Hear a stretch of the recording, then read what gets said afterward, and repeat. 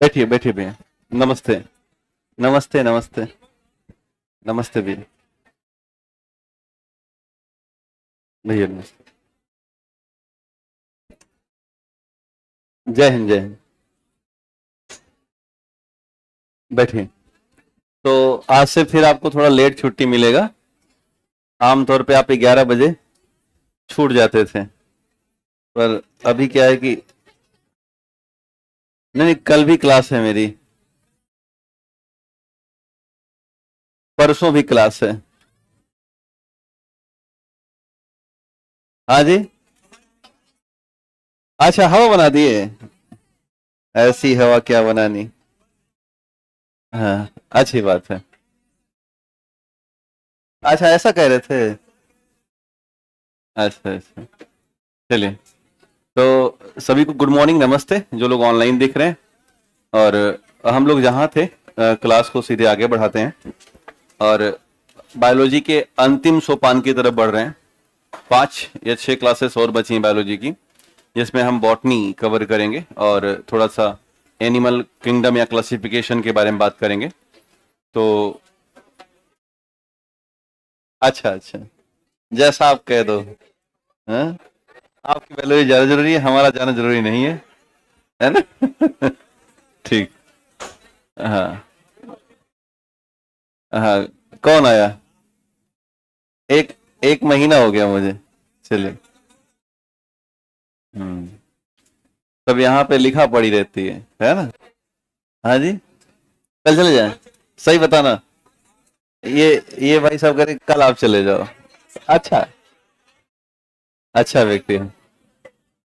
चलिए। तो हम लोग बात कर रहे थे मानव के उत्सर्जन तंत्र के बारे में, और टॉपिक था किडनी वाला ना। आपने एक ब्रिक का चित्र बना लिया था, है ना, जिनमें हमने देखा था कि लेफ्ट और राइट दो प्रकार की किडनी हमारे पास है। और उसी में हमने रेनल वेन और रेनल आर्टरीज देख ली थी कि रेनल वेन और रेनल आर्टरीज क्या होती हैं, और उसी के बारे में बातचीत करनी है। हमने ये भी देखा था कि मानव का जो वृक्क है यानी किडनी है, उसमें मुख्य तौर पर जो और पार्ट है वो है यूरेटर का, दूसरा पार्ट है यूरिनरी ब्लैडर का, और तीसरा है यूरेथ्रा का। और लेफ्ट और राइट किडनी हमारे पास थी। तो अगर हम मानव के पूरे उत्सर्जन कार्यक्रमों को जाने, तो इस पूरे उत्सर्जन व्यवस्था में हमारे पास अकेले वृक्क नहीं पड़ा जाता। क्यों कट रहा है? तो उत्सर्जन पढ़ते समय हम ध्यान देते हैं कि हम मुख्य तौर पर किडनी के बारे में बात करें, दूसरा यूरेटर के बारे में बात करें, तीसरा यूरिनरी ब्लैडर के बारे में बात करें, और तीसरा यूरेथ्रा के बारे में बात करें।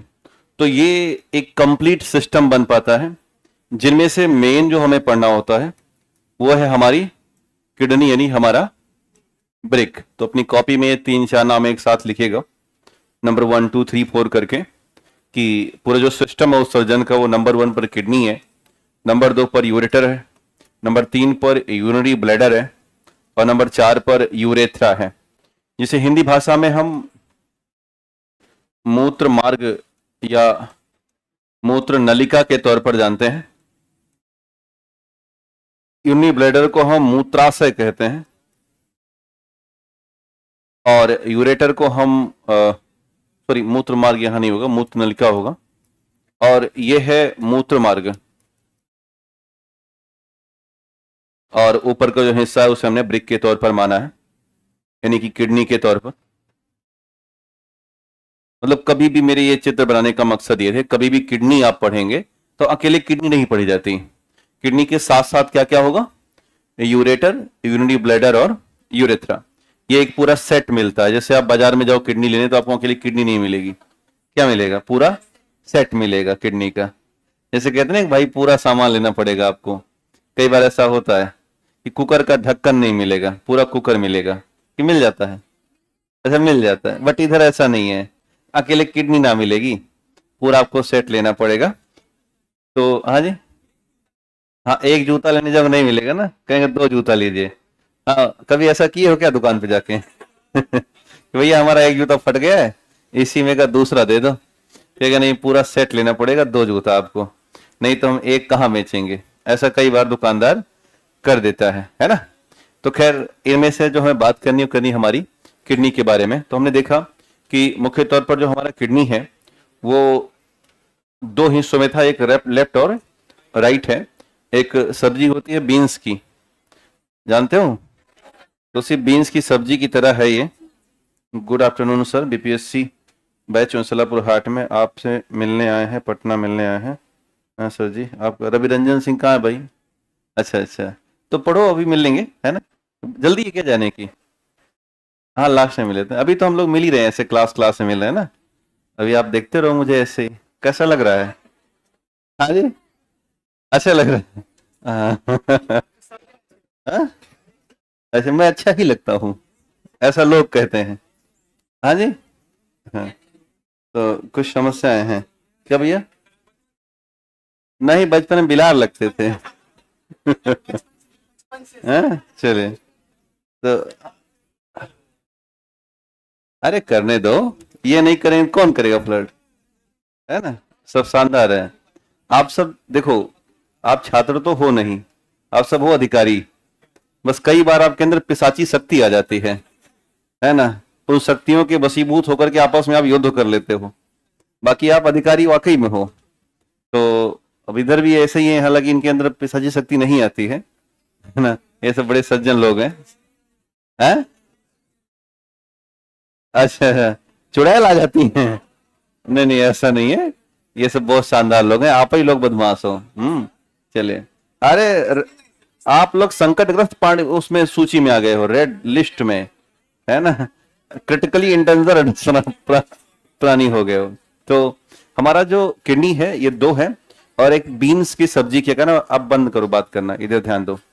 और इसका जो मेन फंक्शन है वो ये है कि इसमें बहुत छोटी छोटी नलिकाएं होती हैं माइक्रो लेवल पर, और इन्हीं नलिकाओं को हम बोलते हैं नेफ्रॉन। और इन नेफ्रॉन का काम यही है कि ये इंडिविजुअल हो करके हमारे लिए यूरिन बनाते रहो, और ढेर सारी यूरिन इकट्ठा करते रहो यूरिनरी ब्लैडर में। तो ये इनका मेन काम है। तो जैसे हमारा एल्बियोली था स्ट्रक्चरल और फंक्शनल यूनिट के तौर पर, वैसे ही यहाँ पर नेफ्रॉन है स्ट्रक्चरल और फंक्शनल यूनिट के तौर पर। तो चूंकि जब हम ब्लड अपने हार्ट से पंप करते हैं तो ब्लड एंटर कर जाता है हमारी मुख्य तौर पर किडनी के पास, है ना। लगभग 20 से 22% ब्लड एक साथ इंटर कर जाता है, और वो एओर्टा से इंटर करता है तो एट्रिया के माध्यम से जाएगा, रेनल एट्रिया के माध्यम से। तो जब रेनल एट्रिया के माध्यम से जाएगा तो किडनी का एक ही काम है कि भाई खून में जो यूरिया बना दिया था, लिवर ने बना था ना, ढेर सारा हम प्रोटीन खा लेते हैं। तो यहाँ पर फंक्शन है, समझना कि जब हम मान के चलना कि ज्यादा मात्रा में हमने मान लो प्रोटीन का सेवन कर लिया, तो इस प्रोटीन को तोड़ा जाएगा। और एक्सेस वैल्यू की हम बात करें, नॉर्मल वैल्यू तो हमारे न्यूट्रिशन में शामिल हो जाती है। तो ऐसी स्थिति में जो हमारा लिवर है इसे कन्वर्ट कर देता है किसमें, यूरिया में। आपको याद होगा ऑर्निथीन साइकिल, याद है ऑर्निथीन साइकिल, ये हमने तब चर्चा की थी जब हम आपको पढ़ा रहे थे फंक्शन ऑफ द लिवर।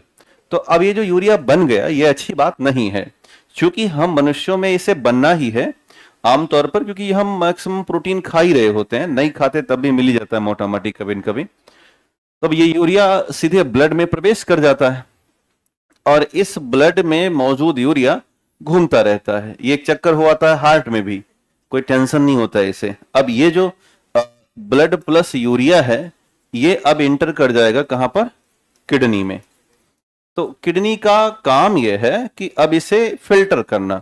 तो एक काम है कि ये फिल्टर मशीन है, तो फिल्टर मशीन है तो ये यूरिया फिल्टर करना शुरू कर देगी, और साथ ही साथ और बहुत से जो इम्प्यूरिटीज हैं, मेटाबॉलिक वेस्ट हैं, उनको भी फिल्टर कर देगा। ज्यादा ग्लूकोज है तो उसको फिल्टर करके निकाल दो, ज्यादा मात्रा में हमने अगर NaCl नमक खा लिया उसको फिल्टर करके निकाल दो, ज्यादा कैल्शियम खा रहे हो आजकल तो उसको भी फिल्टर करके निकाल दो। ऐसा करता हुआ ये फिल्टर करना शुरू कर देता है, लेकिन कई मामलों में कुछ ज्यादा ही फिल्टर कर देता है। तो इसलिए किडनी को एक और काम दिया गया है कि तुम्हें रीअब्जॉर्बेशन करना है। क्या करना है, री एब्जॉर्बेशन करना है। इसका मतलब है कि पुनर्अवशोषण। पुनर्अवशोषण और अवशोषण दो शब्द हैं, एब्जॉर्प्शन और रीअब्जॉर्प्शन। तो आपने देखा था कि ड्यूरिंग डाइजेशन प्रोसेस हमारा जो इलियम था वो एब्जॉर्ब कर रहा था न्यूट्रिएंट्स को, याद है, थ्रो विलीज, है ना, माइक्रोविलाई याद है, VILLI। तो the process is known as the absorption, है ना। तो एक तो एब्जॉर्प्शन वहां हुआ और वो न्यूट्रिशन सारे हमारे ब्लड के माध्यम से सेल में इंटर करके प्रोसेस नोन एज असिमिलेशन, स्वांगीकरण, याद आ रहा है। तो अब यहां पर चूंकि किडनी के पास ये पावर दी गई कि किडनी तुम्हें क्या करना है, सब फिल्टर करो, तो कई बार ये मेन मामला भी फिल्टर कर देता है ज्यादा। मान लो कि ये ग्लूकोज ज्यादा फिल्टर कर दिया, तो एक पावर दी गई इसको कि तुम्हें ये भी ध्यान में रखना है कि पुनर्अवशोषण भी करना है, कि अगर ज्यादा मात्रा में ग्लूकोज बाहर निकला तो उसको खींच लो और फिर से किस में डाल दो, ब्लड में डाल दो, ज्यादा मात्रा में निकलने ना पाए, बैलेंस बना के रखना। तो किडनी दो काम कर रही है, एक तो फिल्ट्रेशन और दूसरा रीअब्जॉर्प्शन कर रही है। बाकी इसके पास और बहुत सारे काम है, यहां तक कि अकेले किडनी बड़ा रोल निभाती है ब्लड प्रेशर मेंटेन करने में, यानी कि केवल हमारा हार्ट ही ब्लड प्रेशर के लिए रेगुलेट नहीं करता, हमारे हार्मोन ही ब्लड प्रेशर रेगुलेट नहीं, बल्कि किडनी भी बड़ा भूमिका निभा रही है। तो ऐसे वेरियस वर्क है, लेकिन अभी के लिए हम ये मान लें इसका मेन काम है फिल्टर करना और दूसरा काम है रीअब्जॉर्प्शन करना। तो दोनों काम मिल करके कर रहा है नेफ्रॉन। उस नेफ्रॉन की संरचना भी देखेंगे जिसमें हम वोमेन संपुट और ग्लोमेरुलस सेल के बारे में जानते हैं, या हेनले लूप्स आदि मिलते हैं उसमें, उस कार्यक्रम में।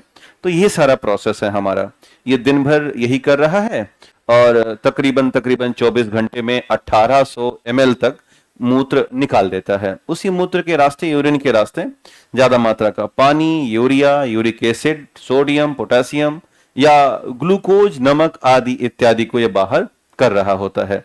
कई बार हम अगर ज्यादा इन्फेक्टेड होते हैं तो कुछ मात्रा में खून भी बाहर निकालता रहता है। जिस तरह से हम भोजन करते हैं उस तरह के भोजन के कण हमारे यूरिन में मौजूद होते हैं और वो ब्लड का हिस्सा बने होते हैं पहले। तो यही इनका मेन काम है। और मेन जो हमारा एक्सीटरी सिस्टम है या उत्सर्जन तंत्र है, इसलिए हम इसे किडनी के तौर पर मानते हैं। तो कुछ समझ में आया बात कि फिजिकल या केमिकल प्रोसेस। तो केमिकल प्रोसेस ये है कि protein converted into urea through the liver cell and mixed with blood. Kidney has a two special function, main the filtration and reabsorption.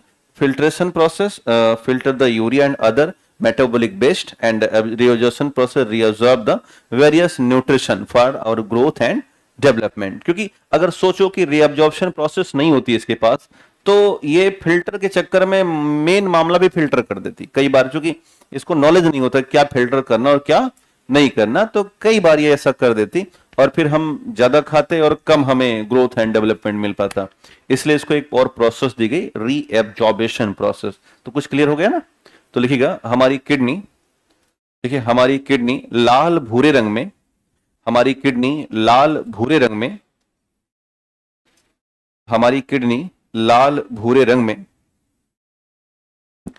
Beans के आकार में, बीन्स के आकार में, बीन्स के आकार में, अरे बीन्स कहो या एक ठू सब्जी कोनो आती, राजमा, हाँ बीन्स या राजमा के हाँ हिंदी में राजमा लिख देना भैया, बीन्स या हाँ अक्सर लोग राजमा चावल खाता है, दिल्ली में बहुत चलता है, यहाँ भी चलता है, अच्छा लगता है, हाँ ठीक लिखिएगा। बीन्स या राजमा के आकार में मुख्य उत्सर्जी अंग है। बीन्स या राजमा के आकार में मुख्य उत्सर्जी अंग है, मुख्य उत्सर्जी अंग है। इसे ब्लड फिल्टर ऑर्गन या रक्त फिल्टर शोधन, रक्त शोधन अंग भी कहा जाता है। रोग शोधन लिख दो, रक्त शोधन अंग भी कहा जाता है, जो कि हमारी पसली के निचले वाले हिस्से में, जो कि हमारी पसली, रिब जानते ना पढ़ा आपने, जो कि हमारी पसली के निचले वाले हिस्सों में दोनों तरफ मौजूद है। हमारी पसली के निचले वाले हिस्सों में, हमारी पसली के निचले वाले हिस्सों में दोनों तरफ मौजूद है, दोनों तरफ मौजूद है। अंग्रेजी भाषा में लिखिएगा कि kidney is the main excretory system of the our body. Kidney is the main excretory system of our body. Kidney is the main excretory system of our body. It is red brown beans shape organ. It is reddish brown. It is reddish brown beans shape organ. Reddish brown beans shape organ. Also known as blood filter organ. Also known as blood filter organ. Also known as blood filter organ. Also known as blood filter organ. Located below the rib cage. Located below the rib cage. Located below the rib cage in both sides. Below the rib cage in both sides. Below the rib cage in both sides. Below the rib cage in both side. Hindi में लिखिएगा. मतलब कि जो हमने कल rib cage बनाया था, याद होगा, तो ये रिब केज था और इस तरह से, तो जो नीचे वाला हिस्सा ये और ये वाला हिस्सा है रिब केज का, ये उसी में मौजूद है. तो इसका जो लोकेशन है वो ध्यान रखिएगा कि ये बेसिकली प्रोटेक्ट होती हैं रिब केज से, है ना. हमने कल आपको याद दिलाया था कि main work of the rib cage is the protection of the internal organ. तो ये भी बात हुई थी कि मेन तो वो है, लेकिन और कई सारे अंगों की सुरक्षा ये प्रोवाइड करा रहा है. तो लिखिएगा किडनी का मुख्य कार्य. हिंदी में लिखिएगा किडनी का मुख्य कार्य. किडनी का मुख्य कार्य रक्त में मौजूद अपशिष्ट पदार्थों को बाहर निकालना. रक्त में मौजूद अपशिष्ट पदार्थों को बाहर निकालना. The main function of the kidney to remove the waste product present in blood. To remove the waste product present in blood. Remove the waste product present in blood. Comma कर देना. देखिएगा रक्त में इलेक्ट्रोलाइट की मात्रा को maintain करना. रक्त में इलेक्ट्रोलाइट की मात्रा को मेंटेन करना. रक्त में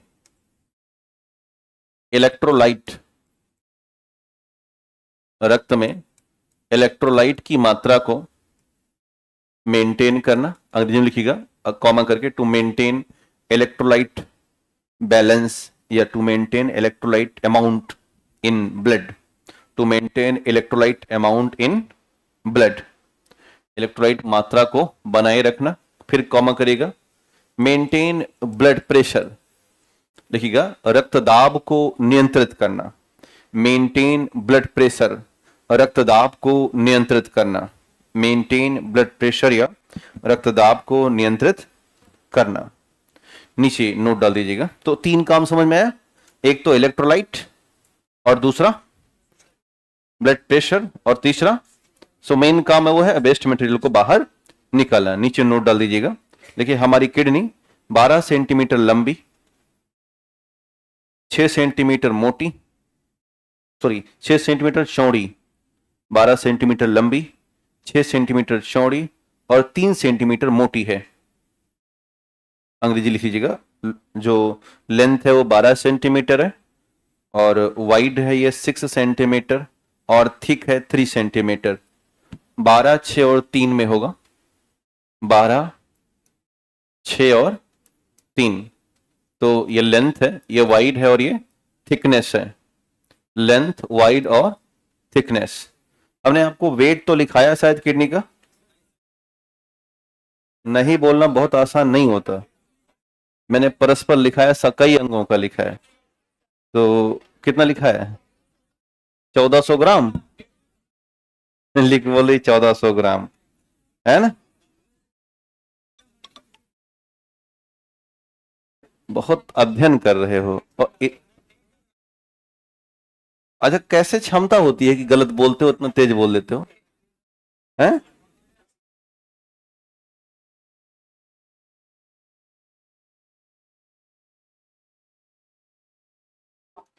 किडनी इतना इम्पोर्ट है तो क्या है, बेस क्यों हो, क्या लिखा है ये, इतना इम्पोर्ट है, इम्पोर्ट तो मतलब आयात हो, अच्छा इम्पोर्टेंट है तो बेट बे क्यों होता है, भैया सही लिखा गुरु यार, इतना इम्पोर्टेंट है, सालों से इम्पोर्टेंट है। आपको याद होगा जब इजिप्टियन मम्मी लगाते थे तो वो 2 अंग छोड़ देते थे, सारा निकाल लेते थे, बट वो ब्रेन और किडनी छोड़ देते थे मम्मी में। उनको ऐसा लगता था कि ये भगवान का अंग है, बड़ा उसको मानते थे कि ये निकाल लेंगे तो फिर ये पूरी जो है शरीर खत्म हो जाएगी, फिर भगवान इससे मिलेंगे नहीं। तो 2 अंगों छोड़ करके, क्योंकि सारे अंग डाल देंगे तो खराब होने का चांस होता था, तो वो रातों रात जब मरने के बाद जब लोग मर जाता था तो सारे अंग अंदर अंदर से निकाल लेते थे। खोपड़ी रखते थे कनेक्शन के लिए भगवान से, और किडनी रखते थे, 2 को संभाल के रखते थे। किडनी बड़ा महत्वपूर्ण है, यानी कि अगर देखा जाए कि लिवर के बाद जिस पर हमें ध्यान रखना चाहिए वो हमारा किडनी है। आमतौर पे हम अनायास दवाई खा लेते हैं, तो दवाई खाना किडनी के लिए जहर है, तो कोशिश करें कि दवा खरीद के ला के रख लें, खाएं नहीं। ऐसा होता है, जानते हो नहीं, ये इसको बोलते हैं pseudo medication. Pseudo medication is effective process for any disease. आप दवा ला लीजिए और दवा ला के तकिए के नीचे रख लीजिए और खाइए नहीं, उसको देखिए कि अगर दिक्कत हुई तो खा लेंगे। जैसे कहा आपको पेन हो रहा हो, दर्द हो रहा हो, तो आपको पेन है और दवा ला के रख लो, पैरासिटामोल रख लो, खाओ नहीं, देखो आपका दर्द कम हो जाएगा। एहसास करके देखना एक आध बार, और पूरा दिन क्रॉस कर दो ऐसे देख देख कर, दर्द हो रहा है, दवाई है ये भाई, दवाई है, ऐसे दिखाओ अपने मुंह में लाके सामने दिमाग को, दिमाग रखें दवाई। तो इससे क्या होगा, आपकी जो दर्द की क्षमता वो कम होती है, क्योंकि सारा खेल ब्रेन का है। दवा खाने के बाद भी कौन कंट्रोल हो रहा है, ब्रेन ही। तो हम बाहर से ही कंट्रोल करना शुरू करें। तो एक तो तरीका ये, दूसरा सही मात्रा में पानी पीना, ज्यादा पानी मत पीना। तीसरा तरीका किडनी संभालने का, ज्यादा प्रोटीन मत खा लेना। अक्सर लोग एकदम प्रोटीन के नाम पे पागल हुआ पड़ा है, वो डिब्बा पीता रहता है उधर का पाउडर, है ना, उसको लगता है कि प्रोटीन यही दुनिया में की प्रोटीन है। ज्यादा प्रोटीन देख रहे हो, बन जाएगा तो क्या बनेगा, urea. Maximum protein cases urea. जो दूसरा, बहुत देर तक भूखे मत रहना। किडनी खराब होने के सबसे बड़े कारणों में से एक है कि आप सुबह शाम तक कुछ नहीं खा रहे हो, एकदम भूखे घूम रहे हो, पानी पी पी के काम चला रहे हो। इससे बॉडी में एसीटोन बनता है। एसीटोन जैसे कांच का बुरादा होता है वैसे एसीटोन होता है, और वो जाकर किडनियां को ऐसे फाड़ देता है साइड से। तो व्रत रहें तो आप बहुत लंबे समय तक ना रहें, बचा के रखें अपना। इसके अलावा ज्यादा ग्लूकोज नहीं खाना, मिठाई यानी खास करके चीनी आदि का सेवन करना बंद करना है। ये हमारे किडनी को प्रभावित करता है, किडनी पर जोर लाता है, वर्कलोड बढ़ा देता है। तो ये सारी चीजें हैं जो हमें ध्यान में रखनी है अपने जीवन में किडनी को बचाने के लिए, कि ज्यादा मात्रा में पानी नहीं पीना, में अति चीजें बचानी है। मैदा खा लोगे तो किडनी पर असर चला जाएगा। तो ये सारी चीजें ध्यान में रखिए, नहीं तो इसका एक बड़ा खतरनाक जांच होता है, इसे बोलते हैं बायोप्सी। बायोप्सी में किडनी का ही कुछ हिस्सा काट के निकालते हैं और उसको चेक करते हैं कहीं कैंसर तो नहीं है किडनी में। उसके बाद फिर किडनी का डायलिसिस होता है। डायलिसिस मतलब जीते जी मौत, कोई जीवन नहीं डायलिसिस का ना। और नहीं होगा तो फिर किडनी ट्रांसप्लांट होगा। हम इतने प्रिय तो किसी के नहीं है कि हमें कोई किडनी ट्रांसप्लांट के लिए दान कर दे सकता है। तो नियति क्यों लाएं, ऐसी नौबत क्यों लाएं, आवश्यकता हाँ। तो ये ध्यान में रखना है, तो अपनी किडनी बचा के खुद ही चलना है। तो क्या लिखा आपने लास्ट में, ग्राम। हाँ, वजन आप पहले से ही जानते हो, कोई इसकी आवश्यकता नहीं। नीचे एक नोट डाल देना।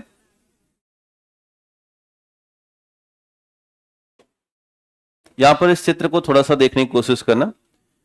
हमारी किडनी में लगभग ऐसे ही लाखों की संख्या में ट्यूब मौजूद हैं, जिन्हें हम नेफ्रॉन क्या बोलते हैं, नेफ्रॉन। इस नेफ्रॉन में अगर आप देखेंगे तो ऊपर एक बोमेन कैप्सूल है, जिसे हम बोमेन संपुट कहते हैं। और इसी बोमेन कैप्सूल के साथ ये यहाँ पर ग्लोमेरुलस सेल्स पाई जाती हैं, और यहीं पर एक लूप है, हैनले लूप, और ये बिल्कुल एज ए ट्यूब स्ट्रक्चर होता है। यहीं पर जो बोमेन संपुट और ग्लोमेरुलस सेल्स होती हैं, यही दोनों मिलकर के खून से ज्यादा मात्रा में मौजूद वेस्ट मटेरियल को बाहर निकालती हैं, और बाहर निकाल के तमाम प्रोसेसिंग के आधार पर, जिसे आपको नहीं जानना है, इन तमाम प्रोसेसिंग के आधार पर हम ब्लड से मौजूद सभी तरह के वेस्ट मटेरियल को ला करके यहाँ पर, जो कि कलेक्टिव डक्ट होता है, यहाँ ला के इकट्ठा कर लेते हैं, और धीरे से ये यूरिनरी ब्लैडर की तरफ यात्रा कर देता है। तो ऐसे ही लाखों की संख्या में एक एक किडनी में ढेर सारे हमारे पास नेफ्रॉन मौजूद हैं। लगभग 10 लाख नेफ्रॉन के आसपास की संख्या है। इन्हीं में जब कोई गड़बड़ी आती है या यहीं कहीं आके वो फंस जाता है कैल्शियम ऑक्सलेट, पथरी वगैरह, तो ये नेफ्रॉन से पानी या यूरिन नहीं निकल पाता, तो हमें दर्द होता है या मुश्किलें उत्पन्न होती है। तो ये हमारा एक बेसिक सा ऑर्गन है जिसके हम स्ट्रक्चरल या फंक्शनल यूनिट कहते हैं किसी भी किडनी का। तो इसे अपनी कॉपी में स्टार या एक नए टॉपिक की तरफ लिखिएगा कि हमारी किडनी लगभग 10 लाख या 1 मिलियन होता है 10 लाख में, सही है। हमारी किडनी लगभग 10 lakh nephron 10 lakh nephron tube से मिलकर बनी है। 10 लाख नेफ्रॉन ट्यूब से मिलकर बनी है। 10 लाख नेफ्रॉन ट्यूब से मिलकर बनी है, जिसे स्ट्रक्चरल एंड फंक्शनल यूनिट कहा जाता है, which is known as structural and functional unit of the kidney।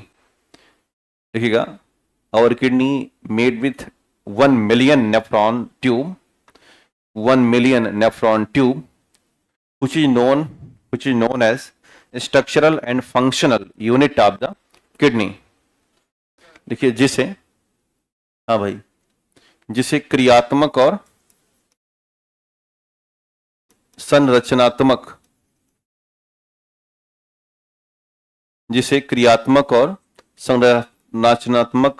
भाग कहा जाता है किडनी का। जिसे क्रियात्मक और संरचनात्मक भाग कहा जाता है। क्रियात्मक और संरचनात्मक भाग कहा जाता है। अंग्रेजी भाषा में लिखिए दूसरी लाइन से, लिखिए each nephron include a filter, each nephron include a filter called glomerulus, each nephron include a filter called glomerulus, called glomerulus। each nephron contain a tube called glomerulus and also tubal, and also have a tubal, TUBOULE, and also have a tubal। तो क्या क्या है इसके पास? Glomerulus और tubal. Tubal को सामान्य भाषा में ट्यूब भी कह सकते हैं। तो लिखिएगा अपनी हिंदी भाषा में कि प्रत्येक नेफ्रॉन के पास एक विशेष फिल्टर पाया जाता है। प्रत्येक नेफ्रॉन के पास एक विशेष फिल्टर पाया जाता है, जिसे ग्लोमेरुलस कहा जाता है। प्रत्येक नेफ्रॉन के पास एक फिल्टर पाया जाता है, जिसे ग्लोमेरुलस कहा जाता है। हिंदी में भी ऐसे आप लिख लीजिएगा, ग्लोमेरुलस, ग्लोमेरुलस। प्रत्येक नेफ्रॉन के पास एक फिल्टर पाया जाता है, जिसे ग्लोमेरुलस कहा जाता है। और साथ ही साथ विशेष ट्यूब रचनाएं पाई जाती हैं। विशेष ट्यूब रचनाएं पाई जाती हैं। यहां पर देखना तो 2 ट्यूब आपको दिखेंगी, एक है प्रॉक्सिमल ट्यूबल और एक है डिस्टल ट्यूबल, है ना। तो आप चाहें तो ब्रैकेट में ये लिख सकते हैं ट्यूब रचनाओं के बाद कि प्रॉक्सिमल ट्यूबल और डिस्टल ट्यूबल। हालांकि ये बहुत अंदर की बात है, अगर आपकी इच्छा है तो लिख सकते हैं ब्रैकेट में कि जो ट्यूब है हमारे पास 2 होती हैं, एक प्रॉक्सिमल ट्यूबल होती हैं और एक डिस्टल ट्यूबल होती हैं। तो अंग्रेजी और हिंदी दोनों भाषा में आपको प्रॉक्सिमल लिखना है, पापेरा लगा दो, आधा का सीमल कर दो, प्रॉक्सिमल हो जाएगा, और एक हो जाएगी दूसरी डिस्टल, DISTAL। तो 2 ट्यूब होती हैं। हो सकता है, क्योंकि इन्होंने एक सवाल पूछा था कि हेनले लूप कहां पाया जाता है, तो जवाब था ऑप्शन में था ब्रेन, किडनी, हार्ट और लंग। तो अगर ये पूछ सकते हैं तो इसको ही पूछने में कोई बहुत बड़ी बात नहीं है, तो ध्यान रखिएगा। तो ब्रैकेट में लिख ही लेना कि प्रॉक्सिमल ट्यूबल और डिस्टल ट्यूबर, प्रॉक्सिमल ट्यूबल और डिस्टल ट्यूबल पाए जाते हैं, है ना। नीचे एक नोट डाल देना क्या हुआ।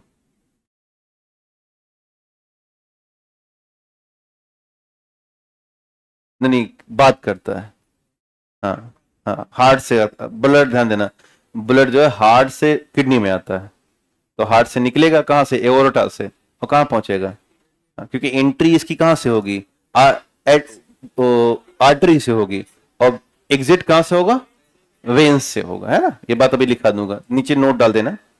लिखिएगा बोमेन कैप्सूल, लिखिएगा बोमेन संपुट, बोमेन संपुट या बोमेन कैप्सूल, यहां पे लिखा है BOWMAN, Bowman capsule, Bowman capsule या बोमेन संपुट, कॉमा हेनले लूप या लूप ऑफ हेनले, यहां पे देखो नीचे लिखा होगा Henle loop, loop of Henle, Bowman संपुट लिखा आपने। दूसरा क्या है, लूप ऑफ हेनले, और ब्रैकेट कर देना यू लाइक ट्यूब। कैसी ट्यूब है ये, यू आकार की, ये यहां से शुरू होगी और ऊपर तक का क्या कहलाएगा, हेनले लूप। तो लिखिए कैसा ट्यूब है ये, you like tube, Henley loop या यू लाइक ट्यूब। और एक और लिखिएगा कलेक्टिंग डक्ट, तीसरा लिखिएगा कलेक्टिंग डक्ट, कलेक्टिंग डक्ट क्या चीज, क्या सुने, अच्छा जो आप लिख नहीं पा रहे हो फिर से ध्यान दो कि Bowman capsule comma Henle loop, अंग्रेजी में लिख रहे हैं तो loops of Henle, LOOPOFHENLE, loops of Henle, और ब्रैकेट कर दीजिएगा कैसी दिख रही है, लाइक यूट्यूब। तो ब्रैकेट कर देना। एक बार इस शेप पूछ लिया था कि जे शेप है कि यू शेप है, कौन शेप होगा, यू शेप, तो ब्रैकेट देना यू शेप ट्यूब, और कॉमा लिखिएगा एक और कलेक्टिंग डक्ट आदि, कलेक्टिंग डक्ट आदि नेफ्रॉन के पार्ट हैं, ETC the part of nephron. याद रखने के लिए कि ये दिमाग में रखो, आदि नेफ्रॉन के पार्ट हैं,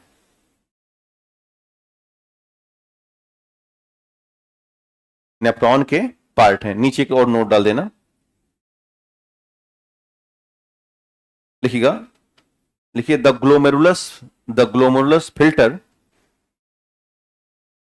लिखिएगा the glomerulus filter the blood, the glomerulus filter the blood which enter kidney through renal artery, the glomerulus filter the blood, the glomerulus filter the blood which enter in kidney through renal arteries, which enter in kidney through renal arteries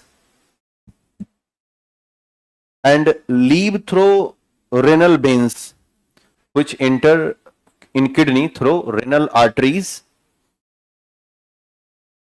which enter in kidney through renal arteries and leave through renal veins।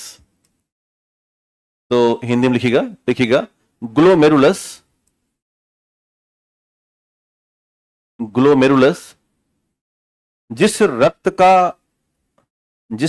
का शोधन करता है, glomerulus जिस रक्त का शोधन करता है, ग्लोमेरुलस जिस रक्त का शोधन करता है, वह रेनल धमनी के माध्यम से, वह रेनल धमनी के माध्यम से किडनी में प्रवेश करता है, रेनल धमनी के माध्यम से किडनी में प्रवेश करता है, रेनल धमनी के माध्यम से किडनी में प्रवेश करता है, और किसके माध्यम से, रेनल सिरा के माध्यम से, रेनल सिरा के माध्यम से, रेनल सिरा के माध्यम से किडनी से बाहर निकल जाता है, रेनल सिरा के माध्यम से किडनी से बाहर निकल जाता है, रेनल सिरा के माध्यम से किडनी से बाहर निकल जाता है। बात समझ में आई, कोई दिक्कत तो नहीं। अब सवाल आता है कि जो आपने ग्लोमेरुलस का सारा कॉन्सेप्ट जान लिया, इसमें आपने प्रोमैक्सियल ट्यूबल देखा और दूसरा कौन सा था, डिस्टल ट्यूबल था। इन दोनों का काम क्या है? तो the proximal and distal tubule is the work as a reabsorber part of the kidney. जो कि ग्लोमेरुलस कैसा काम कर रहा है, filtration part of the kidney. तो हमने कहा कि there are two special function in kidney, filtration and reabsorption. क्योंकि रीअब्जॉर्बेशन नहीं होगा तो मामला हमारा गंभीर हो सकता है, खास करके ह्यूमन न्यूट्रिशन के लिए मुद्दे फंसेंगे। तो एक बात और नोट लिखिएगा, लिखिएगा ट्यूबल, यहां पे लिखना ये वाली बात कि, या आप नाम से ही लिख सकते हैं कि प्रोमैक्सियल ट्यूबल और डिस्टल ट्यूबल, ऐसे लिख देना, proximal tubule and distal tubule, proximal tubule and distal tubule. Hindi में लिख रहे हैं, अंग्रेजी में दोनों लोग एक साथ लिखेंगे। Proximal sorry proximal tubule and distal tubule work as a reabsorber part of kidney, work as a reabsorber part of the kidney, work as a reabsorber part of the kidney। लिखिएगा, यह दोनों ट्यूबल, आप नाम तो लिख लिया ना आपने हिंदी में, यह दोनों ट्यूबल किडनी के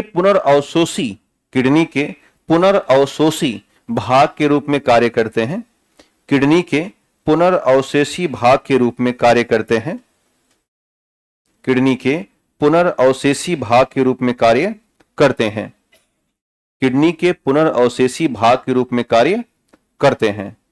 रीअब्जॉर्बर क्या बोलेंगे, पुनर्अवशेषी भाग के रूप में कार्य करते हैं। तो ये पूरा इनका हिस्सा रहा कि कैसे ये लोग बीच में अपना काम कर रहे हैं।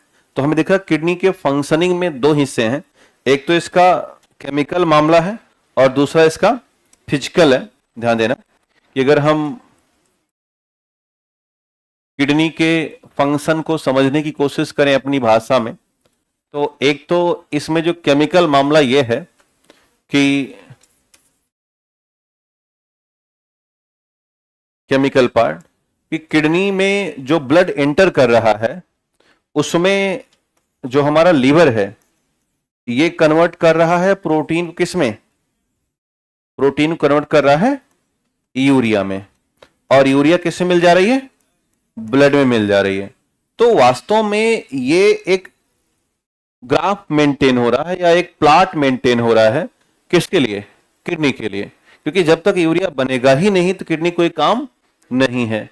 अब क्या होता है कि इसका फिजिकल पार्ट आ जाता है, किडनी खुद अब भाग लेना शुरू करेगा, और किडनी के फिजिकल पार्ट में दो विशेष विधियां होती हैं। एक विधि कहलाती है अल्ट्रा फिल्ट्रेशन। क्या कहलाएगा, ये सामान्य फिल्ट्रेशन नहीं करता, कैसा करता है, अल्ट्रा फिल्ट्रेशन करता है। हिंदी में कहते हैं परा निस्यंदन। क्या कहेंगे, परा निस्यंदन। और एक काम करता है रीएब्जॉर्प्शन, या हिंदी में क्या कहा हमने, पुनर्अवशोषण। क्या कह दिया, पुनर्अवशोषण के तौर पर जाना। तो ये दो काम जब हमारी किडनी करेगी तो इसके पास दो व्यवस्थाएं हैं। क्या, एक तो ये वेस्ट मटेरियल को आउट कर देगी, किस रूप में, यूरिन के रूप में, ठीक है। दूसरा ये अब प्योर ब्लड को, याद है ना, क्योंकि रीअब्जॉर्प्शन भी कर रहा है, तो प्योर ब्लड को भेज देगा बॉडी, किसके लिए, बॉडी के लिए। और बॉडी में हम फिर से भोजन करेंगे, इसमें क्या भर देंगे, कार्बन डाइऑक्साइड। याद आ रहा है। और यही फिर ब्लड कहां जाएगा, हार्ट में। पूरी व्यवस्था पुरानी याद आ रही होगी। तो ये दो काम है, एक किडनी कर रही है कि वेस्ट मटेरियल को यूरिन से बाहर कर रही है, दूसरा प्योर ब्लड कहां भेज रही है, बॉडी में भेज रही है, with the help of ultrafiltration and reabsorption process, and both process done in all nephron which work as a individual. वो हर एक नेफ्रॉन क्या करता है, इंडिविजुअल वर्क करता है। ये बनाइए अपनी कॉपी में, फिर मैं एक बात नीचे लिखाऊंगा।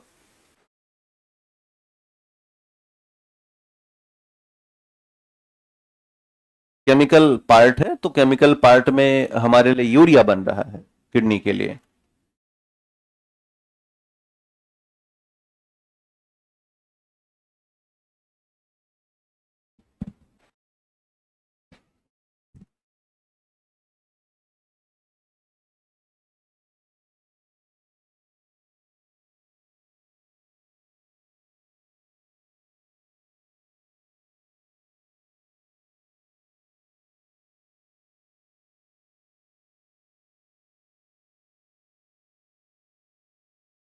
बन गया।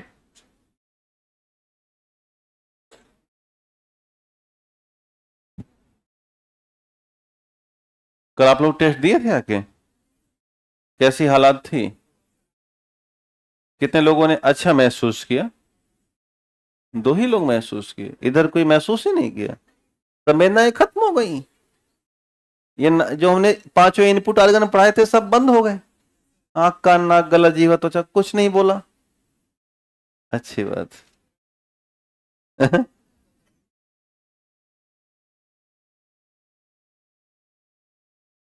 कितने क्वेश्चन थे? 150। तो कितने नंबर आए? रिजल्ट आए नहीं है आप लोगों का? आ भी गया? थोड़ा ईमानदारी से कोई बता सकता है अपना कितना आया? नहीं, ओवरऑल बताओ ना, सही वाली बात मत बताओ, नेगेटिव काट के बताओ। 70। इधर कितना आप दिए थे? कितना आया? झूठ ना बोला करो बेटी। अच्छा अच्छा, आपने दिया था? कितना नंबर है? 38। अच्छा नंबर है। हाँ। आ रहा आए हैं? क्या नंबर है आ रहा? 36। अच्छा नंबर है। अभिषेक कहाँ गया? अभिषेक आया है? कहाँ है अभिषेक? वो लड़ाई वाला अभिषेक। कितने नंबर आए? अरे साथ ही बैठता है दोनों। अभिषेक भैया। अच्छा हाँ, आप कितना आया? गुलशन, हम आपसे पूछे क्या? तो क्या बता रहे हो?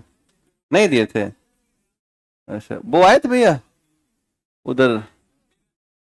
हाँ, सीरम वाले भैया। क्या नंबर पाए? 21। काफी सम्मानजनक नंबर है ये। माला कहाँ गई हमारी? चल, अच्छी बात है, मतलब ठीक पहला पेपर है ना, तो ऐसे ही हालात। मैं तो यही उम्मीद किया, हम तो माइनस में सोच रहे थे। कोई ऐसा भी है जो -1 पाया हो? है? ऐसा नहीं है, है ना? नहीं, फील अच्छा काहे होगा? मतलब आप सोच रहे हो 20 नंबर भी लाओ, अच्छा भी फील हो, मानो हो कि क्या हो आप?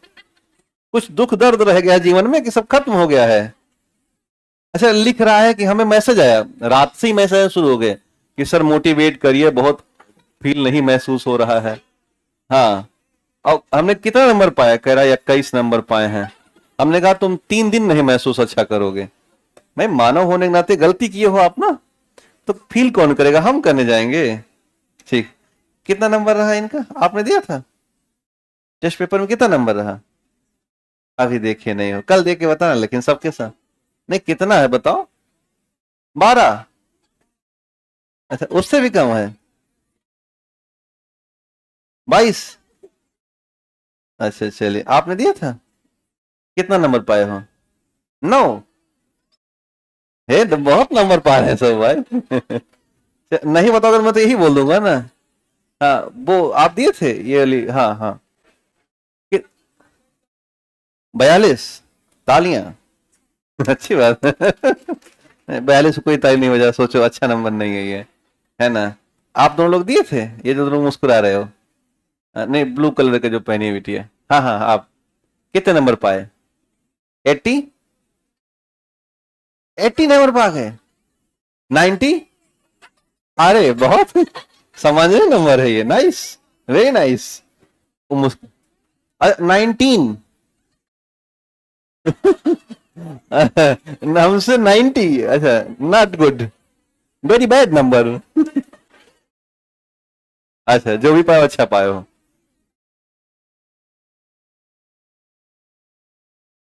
हाँ, आप लोग कितना पाए भाई मंत्री? छह -6 पाई है। हाँ। नहीं तो क्या नहीं रहेगा? एक एक आती है एमसीक्यू उनकी, लक्ष्मीकांत की, है आप लोगों के पास? लक्ष्मीकांत की एमसीक्यू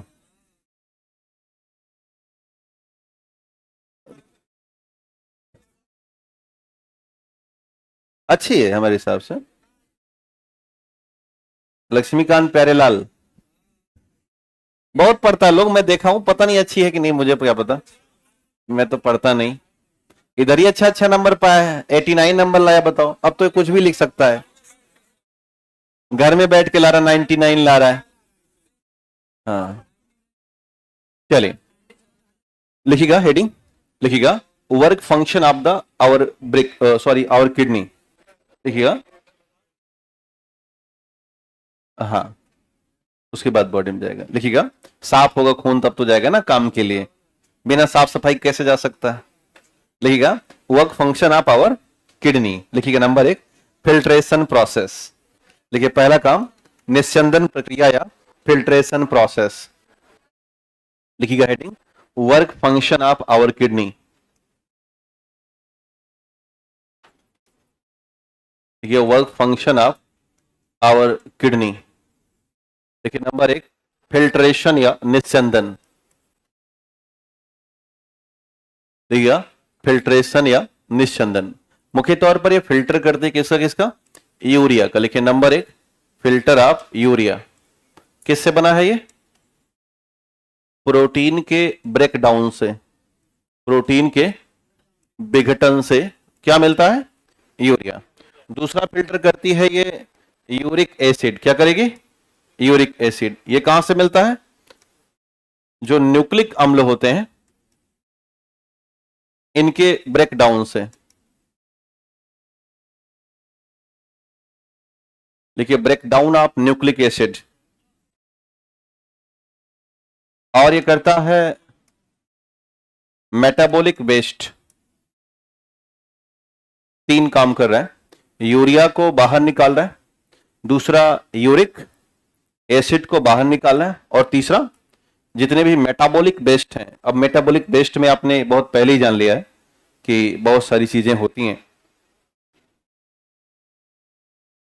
न्यूक्लिक एसिड से क्या मिला, यूरिक एसिड, और प्रोटीन टूटा तो क्या मिला, यूरिया।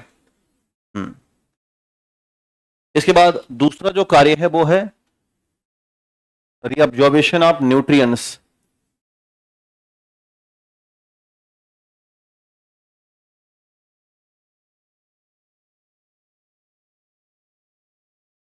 देखिएगा पोषक पदार्थों का पुनर्अवशोषण, पोषक पदार्थों का पुनर्अवशोषण।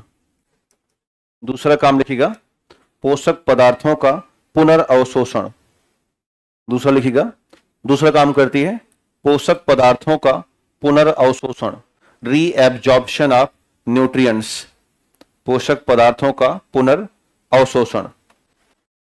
तो क्या क्या करेगी, लिखिएगा इट रीएब्जॉर्ब ग्लूकोज, बस नाम लिखना फटाफट, it reabsorb glucose, it reabsorb glucose, it reabsorb glucose, amino acid, amino acid, bicarbonate, bicarbonate, water and mineral, water and mineral. It reabsorb glucose, amino acid, bicarbonate, water and mineral. लिखिएगा यह glucose amino अम्ल और bicarbonate, amino अम्ल और bicarbonate पानी और खनिज को अवशोषित करती है, पानी और खनिज को रीअब्जॉर्ब करती है या अवशोषित करती है, पानी और खनिज को रीअब्जॉर्ब करती है या अवशोषित करती है। इसके बाद लिखिएगा मेंटेन पीएच वैल्यू। फिर से ध्यान देना, यह ग्लूकोज अमीनो अम्ल, बायोकार्बोनेट, खनिज और पानी को पुनर्अवशोषित करती है, खनिज और पानी को पुनर्अवशोषित करती है, खनिज और पानी को पुनर्अवशोषित करती है। इसके बाद लिखिएगा maintain pH value of blood, maintain pH value of blood. कोई बता सकता है कि पीएच वैल्यू कितनी है, 7.35 to 7.45 is the pH value of human blood। तो लिखिएगा to maintain pH value of human blood, मानव के पीएच मान को बनाए रखना, पीएच मान को बनाए रखना, मानव के रक्त के पीएच मान को बनाए रखना। ये भी काम मुख्य तौर पर किडनी निभा रही है, मानव के रक्त के पीएच मान को बनाए रखना।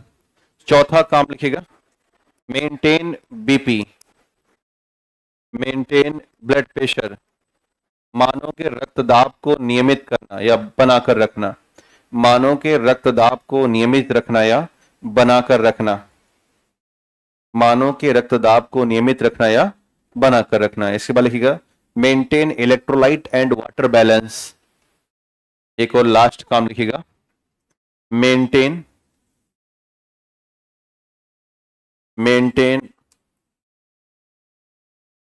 इलेक्ट्रोलाइट्स एंड वाटर बैलेंस,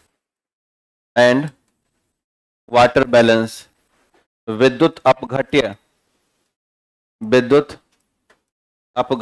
जैसे नमक वगैरह टूटता है ना, तो Na+ और Cl- में, तो सब क्या कहलाते हैं? इलेक्ट्रोलाइट्स कहलाते हैं। इलेक्ट्रोलाइट्स और पानी की मात्रा को बरकरार रखना, इलेक्ट्रोलाइट्स और पानी की मात्रा को बरकरार रखना, maintain electrolytes and water balance.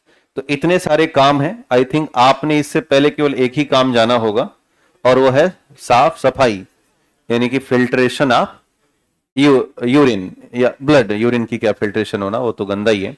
तो ये हमने 2-3-4 काम आपके जहन में डाल दिए हैं। जब कभी एग्जाम में इनके इतर भी काम पूछे जाएं कि निम्नलिखित में से कौन से काम है या नहीं है, तो आप इन पर गौर कीजिएगा और समझिएगा। हमारा जो किडनी है, इसके साथ कुछ ग्लैंड्स भी पाया जाता है। जैसे जब हम किडनी की बात करते हैं, तो किडनी के दोनों सिरों पर एक बड़ा शानदार सा ग्लैंड है यहां पर, जिसे हम एड्रिनल, क्या बोलते हैं? एड्रिनल ग्लैंड कहते हैं, या हिंदी भाषा में इसे हम आधिवृक्क, क्या बोलते हैं? आधिवृक्क ग्रंथि के तौर पर जानते हैं।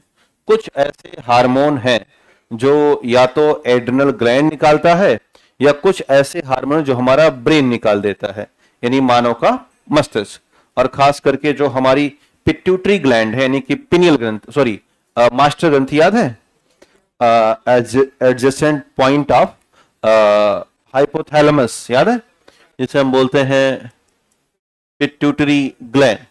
तो कुछ हमारी जो पिट्यूटरी ग्लैंड है, ये एक विशेष तरह का हार्मोन निकाल देती हैं, और कुछ इसके ऊपर मौजूद होने वाली एड्रिनल ग्लैंड हार्मोन निकाल देती है। और इनसे निकलने वाले हार्मोन किडनी के वर्किंग फंक्शन में बहुत ज्यादा जिम्मेदारी भूमिका निभाते हैं। तो हम लोग उन हार्मोन्स के बारे में समझें और उनकी भूमिकाओं को जानने का प्रयास करें। तो लिखिएगा important hormone related to kidney function. लिखिएगा प्रमुख हार्मोन जो कि वृक्क की कार्यप्रणाली से संबंधित है। प्रमुख हार्मोन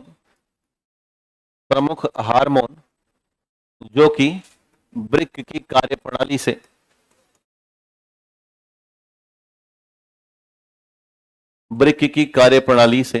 संबंधित है। प्रमुख हार्मोन जो कि वृक्क की कार्यप्रणाली से संबंधित हैं, related to the kidney function, तो हम एक एक करके हर हार्मोन के बारे में बातचीत करेंगे। तो लिखिए नंबर 1, वैसोप्रेसिन हार्मोन।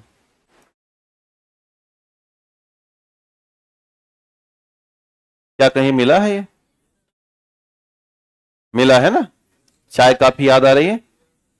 लिखिएगा वैसोप्रेसिन हार्मोन, या इसे बोलते हैं आर्जिनिन वैसोप्रेसिन, या इसे हम बोलते हैं ADHNT डिवरेटिक हार्मोन। नाम एंटी डिवरेटिक हार्मोन या ADH। तो नाम लिखिएगा वैसोप्रेसिन हार्मोन, डबल एस रहेगा, एक ही एस लिखा है हमने। वैसोप्रेसिन हार्मोन और arginine hormone, ARGININ, arginine hormone या आर्जिनिन वैसोप्रेसिन हार्मोन। तो इसे बोलते हैं ABH, आर्जिनिन वैसोप्रेसिन हार्मोन, या एंटी डिवरेटिक हार्मोन, है ना? Anti diuretic hormone. Anti diuretic hormone. जो लोग हिंदी भाषा में लिख रहे हैं वो भी यही लिखेंगे सेम, बस हिंदी में कन्वर्ट कर लेंगे ऐसे, बेसोप्रेसिन। क्या लिखेंगे? बेसोप्रेसिन हार्मोन। और हिंदी में लिख देंगे ऐसे, एंटी डिउरेटिक हार्मोन। तो अलग से कुछ जानने और समझने की इसमें खास आवश्यकता नहीं है। नाम याद रखिएगा, चाहे आप हिंदी में याद करो चाहे आप अंग्रेजी में याद करो, है ना, चाहे आप हिंदी में याद करो या अंग्रेजी में। तो बेसोप्रेसिन, एर्जिनिन, बेसोप्रेसिन या एंटी डिवरेटिक, ये सारे हार्मोन निकलते हैं हमारी पिट्यूटरी ग्लैंड। कहां से निकलते हैं? तो पहला पॉइंट डाल दीजिएगा, लिखिएगा सिक्रेशन फ्रॉम पिट्यूटरी ग्लैंड। लिखिएगा इनका श्रावण पिट्यूटरी ग्रंथि से या पीयूष ग्रंथि से होता है। लिखिएगा प्रोड्यूस फ्रॉम पिट्यूटरी ग्लैंड। हाँ, पहला पॉइंट टू पॉइंट लिखिएगा। बेसोप्रेसिन निकलता कहां से देखा जाए? लिखिएगा यह कहां से निकलते हैं? लिखिएगा सिक्रेशन फ्रॉम पिट्यूटरी ग्लैंड या पीयूष ग्रंथि से, पिट्यूटरी ग्रंथि या पीयूष ग्रंथि से ये हार्मोन निकलता है। पहला पॉइंट लिखिएगा, पिट्यूटरी ग्रंथि या पीयूष ग्रंथि से या हार्मोन निकलता है, पीयूष ग्रंथि से या हार्मोन निकलता है, पीयूष ग्रंथि से या हार्मोन निकलता है। इसका फंक्शन है पानी की मात्रा को नियंत्रित करना और यूरिन के अमाउंट को नियंत्रित करना। लिखिएगा main function of vasopressin, main function of vasopressin, main function of vasopressin to regulate urine amount, to regulate urine amount, to regulate urine amount and maintain water balance in our body, to regulate urine amount and maintain water balance in our body, maintain water balance in our body, maintain water balance in our body, and also help in proper kidney functioning, and also help in proper kidney functioning, and also help in proper kidney functioning। Hindi भाषा में लिखिएगा। बेसोप्रेसिन का मुख्य कार्य, बेसोप्रेसिन का मुख्य कार्य, बेसोप्रेसिन का मुख्य कार्य यूरिन की मात्रा को विनियमित करना, यूरिन की मात्रा को विनियमित करना। बेसोप्रेसिन का मुख्य कार्य यूरिन की मात्रा को विनियमित करना, यूरिन की मात्रा को विनियमित करना। शरीर में जल संतुलन, शरीर में जल संतुलन को बनाए रखना, शरीर में जल संतुलन को बनाए रखना, शरीर में जल संतुलन को बनाए रखना तथा वृक्क की कार्यप्रणाली में मदद करना है, वृक्क की कार्यप्रणाली में मदद करना है, वृक्क की कार्यप्रणाली में मदद करना है। जल संतुलन को बनाए रखना तथा वृक्क की कार्यप्रणाली में मदद करना है, वृक्क की कार्यप्रणाली में मदद करना है। एक और हार्मोन हमारे पास है, दूसरा नंबर लिखिएगा,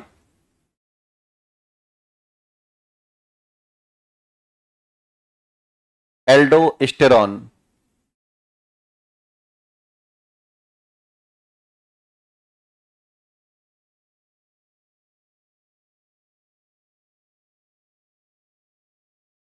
एक और हार्मोन है एल्डोस्टेरॉन।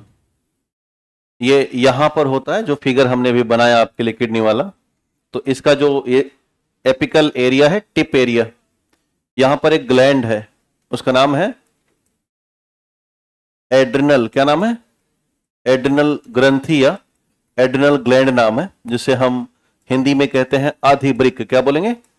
अधिवृक्क ग्रंथि कहते हैं। तो लिखिएगा पहला पॉइंट, यह अधिवृक्क ग्रंथि या एड्रिनल ग्लैंड से निकलता है, यह अधिवृक्क ग्रंथि या एड्रिनल ग्लैंड से निकलता है, यह अधिवृक्क ग्रंथि या एड्रिनल ग्लैंड से निकलता है, अधिवृक्क ग्रंथि या एड्रिनल ग्लैंड से निकलता है ना। Secret from adrenal gland. अंग्रेजी वाले इंतजार मत किया करो, लिखते रहा करो जितना लिख पाओ, दोनों बार बोलने से बहुत समय खा रहा है क्लास, ये इतना स्लो चल रहा है कि हम अब 2 क्लास पीछे चल रहे हैं इस समय। एल्डोस्टेरोन मतलब जो हमारा रेशियो है वो 2 दिन पीछे जा रहा है। 2 दिन बहुत होता है ना, चलिए 1 दिन भी जाना अच्छी बात नहीं है। तो दूसरा लिखिएगा, लिखिए मेन फंक्शन ऑफ एल्डोस्टेरोन। ठीक है, एल्डोस्टेरोन का मुख्य कार्य, एल्डोस्टेरोन का मुख्य कार्य ब्लड में, एल्डोस्टेरोन का मुख्य कार्य ब्लड में सोडियम और पोटेशियम की मात्रा को रेगुलेट करना है। Main function of aldosterone to regulate sodium and potassium value in blood. Aldosterone का मुख्य कार्य ब्लड में सोडियम और पोटेशियम की मात्रा को नियंत्रित करना है।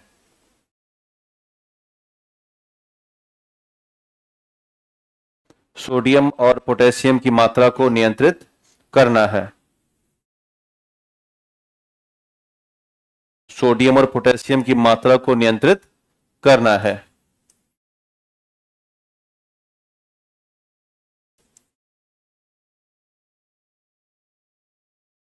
इसके बाद लिखिएगा erythropoietin.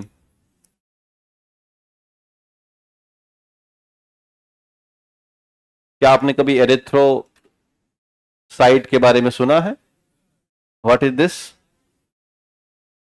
The chemical name of the RBC. ठीक है, देखिएगा erythropoietin. Erythropoietin basically erythropoietin is not a direct hormone, it is the glycoprotein। तो आप पहला पॉइंट लिखिएगा, यह एक प्रकार का ग्लाइकोप्रोटीन है। यह एक प्रकार का ग्लाइकोप्रोटीन है। यह एक प्रकार का ग्लाइकोप्रोटीन है and produce by our kidney and specially produce by our break या किडनी। ठीक है, यह एक प्रकार का ग्लाइकोप्रोटीन है। ग्लाइकोप्रोटीन समझ पा रहे हो ना? जो लोग ऑनलाइन देख रहे हैं वो लोग समझ पा रहे हैं ना? यार पीडीएफ के चक्कर में पढ़ो, पहले जो पढ़ा रहे हो उसको पढ़ो। Because it's causing irritation and I headache, please give the provide the PDF. ठीक है, पढ़ लो, ज्यादा नौटंकी ना करो। नौटंकी करना शुरू कर देता आके। पढ़ना लिखना से और नहीं है, आएगा 12 नंबर, बताएंगे हेडेक और इरिटेशन। ऐसे लोगों को मन करता खदेड़ के मारे पहले। हाँ मतलब कुछ करो, एहसास हो, समझ में है कि हाँ ठीक ठाक कंडीशन जा रही है तो हम आपको सुने, अच्छा लगता है। खा के पेट फुला के लेटे हो, घर वालों को हमें काढ़ी दिला दो, तो ठीक है कुछ काम करके दिखाओ, नंबर आए, घर वालों को सही लगेगा, अच्छे इंसान हो, तो भी वो थोड़ा सा इनहेंस करते हैं। पीटी निकल नहीं रहा है, आके रो रहे हैं कि सर हमारे घर वाले बुला रहे हैं। काहे नहीं बुलाएंगे घर वाले? पीटी 3 साल से निकला नहीं है, गोबर की तरह लेटे हो आके यहाँ पटना में, तो घर वाले का मजाक चल रहा है यहाँ पे। हाँ मजाक खेल रहे एकदम से। हम बहुत फ्रस्ट्रेट हो गए हैं। काहे नहीं हो जाओगे? पढ़ना लिखना है नहीं, दिन भर घूमना है पटना। तो थोड़ा सा अपनी स्थिति को देखिए, ये आप कर क्या रहे थे। और ये सच्चाई है कि अगर मेहनत हुआ तो निकलेगा, इसका कोई दो राय नहीं है। अगर मेहनत हुई है और ताकत लगा के हुई है, और अगर आप मेहनत किए हो सफल नहीं हो रहे हो, तो अगले को एहसास होता है। अगर आपने वाकई में दम लगाया है पूरी तरीके से और अब इस स्थिति में रुके हुए हो, तो आपकी अंतरात्मा को भी एहसास होगा। आपके इन्वायरमेंट के जो लोग हैं, वाकई में जो आपके किचन पीपल हैं आपके पास, कुछ ऐसे 2-4 लोग हो किचन में होते हो, आपके किचन कैबिनेट बनती है ना, वैसे किचन पीपल होते हैं हमारे पास 2-4-6, जिनको हम कहते हैं लंगोटिया यार। तो जो लंगोटिया लोग होते हैं, अगर अच्छा लोग है तो आपकी भाषा को, आपकी भावना को समझेगा और समाज को बताएगा कि नहीं रमेश ने काम किया था, सफलता नहीं मेरी बात अलग है। और रमेश दिन भर नशा किए लेटे हुए हैं दाल भात का, दिन भर घूम रहे हैं, इधर उधर बेगारी कर रहे हैं, और उसके बाद जब 6 महीना बीत के बाद रिजल्ट आता, हमारा नहीं हुआ, हम बहुत फ्रस्ट्रेट हैं। भाग जो नहीं मारेंगे, खींच के सुधार आ जाएगा, एक जूता खींच के मारेंगे मुंह पे और दोबारा नजर नहीं आओगे। नौटंकी चल रही है, पढ़ने आए हो यहाँ पे तो उसको मेहनत करो। सारी गलती खुद में है, झांकना है नहीं खुद के लिए, बस खाली नाटक बता कर रखना है, नाटकबाजी की मेरा तो आज ये हो गया, मेरा पीडीएफ नहीं मिल रहा है। आज तक दुनिया में मैंने किसी पीडीएफ से पढ़ते हुए ना देखा है। यही सच्चाई है। आज स्वीकार लो या कल स्वीकार करो, सारा खेल खुद के नोट्स का है। नोट्स बनाओ, खूब सारे क्वेश्चन हल करो, कहीं भी इतना चैलेंज करो कि इस टॉपिक से दुनिया कोई सवाल लेके लाके दिखा दो, नहीं हल किया तो नाम बदल देंगे, उस लेवल के लेके आओ, और ना हल हो तो फिर जूझ जाओ। कल की मैं घटना बताऊं कि हमारे एक परिचित मित्र आए हैं, तो फ्लैट पे रुके थे, तो कुछ ऐसा हुआ, फिजिक्स में कोई टॉपिक छिड़ गया। उनका कहना था कि मैं कह रहा था कि हम उत्तल दर्पण का इस्तेमाल करके चश्मा बना देंगे। वो कह रहे थे कि दुनिया में कोई बना दे तो हम उसको 1 लाख रुपए इनाम दें। और ऐसा कहते कहते डिबेट हो गई, रात को 3 बजे तक चली गई डिबेट। क्योंकि दर्पण का मतलब है कि एक पक्ष क्या होता है भाई, अपाक बन जाता है ना। अब ओपेक प्लांट बन गया, एक तरफ हमने अपारदर्शी कर दिया। और अपारदर्शी चश्मा कहीं देखा है आपने? चश्मा तो ट्रांसपेरेंट होता है। और मैं कह रहा हूं कि नहीं, मैं बना के दिखाऊंगा। मतलब इतना खोजबीन हुआ, फोन पे फोन हुआ 3-4 जगह, जो फिजिक्स वाले मास्टर थे कौनों ना कह रहे हैं, अंत में हमारी बात सही हुई। हाँ नहीं तो मतलब, लेकिन वो जब तक मैं सिद्ध नहीं कर दूंगा तब तक वो मानने के तैयार भी तो नहीं थे। ऐसा हमारे कहने से कोई मानता नहीं है।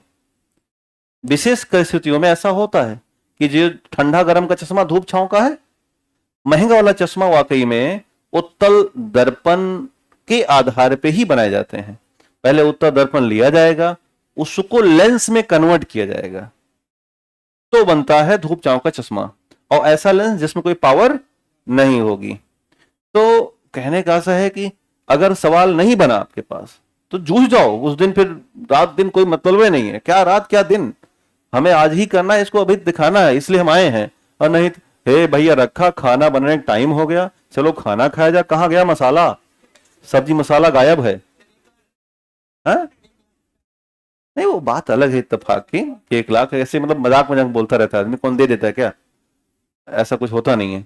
तो बस वही कहानी है कि हम अपनी नियति कहां से कवर करें, हमारा जो टेंडेंसी वो कैसी है, कि क्या मैं जुझारू हूं। इसको एक शब्द होता है कि कर्मठ, जुझारू और योग्य ईमानदार प्रत्याशी, जो कि होता नहीं है, लिखता है बस वो। वैसे आप हो कर्मठ, जुझारू, ईमानदार अभ्यर्थी। ना तो कर्मठता बची, जुझारू पहले से ही नहीं था, ईमानदारी आप बहुत सालों से छोड़ चुके हो, बस खाली प्रत्याशी बचा है या अभ्यर्थी, यही एक बचा हुआ है। और कुछ दिन बचा रहेगा, 2-3 साल रहता है, उसके बाद आपसे ये भी छिन जाएगा। फिर आपको कोई अभ्यर्थी एस्पिरेंट नहीं कहेगा। एस्पिरेंट बनने केवल कितना साल है? 2 साल, 3 साल, मोटा मोटा बहुत घर के अमीर हो तो 5 साल।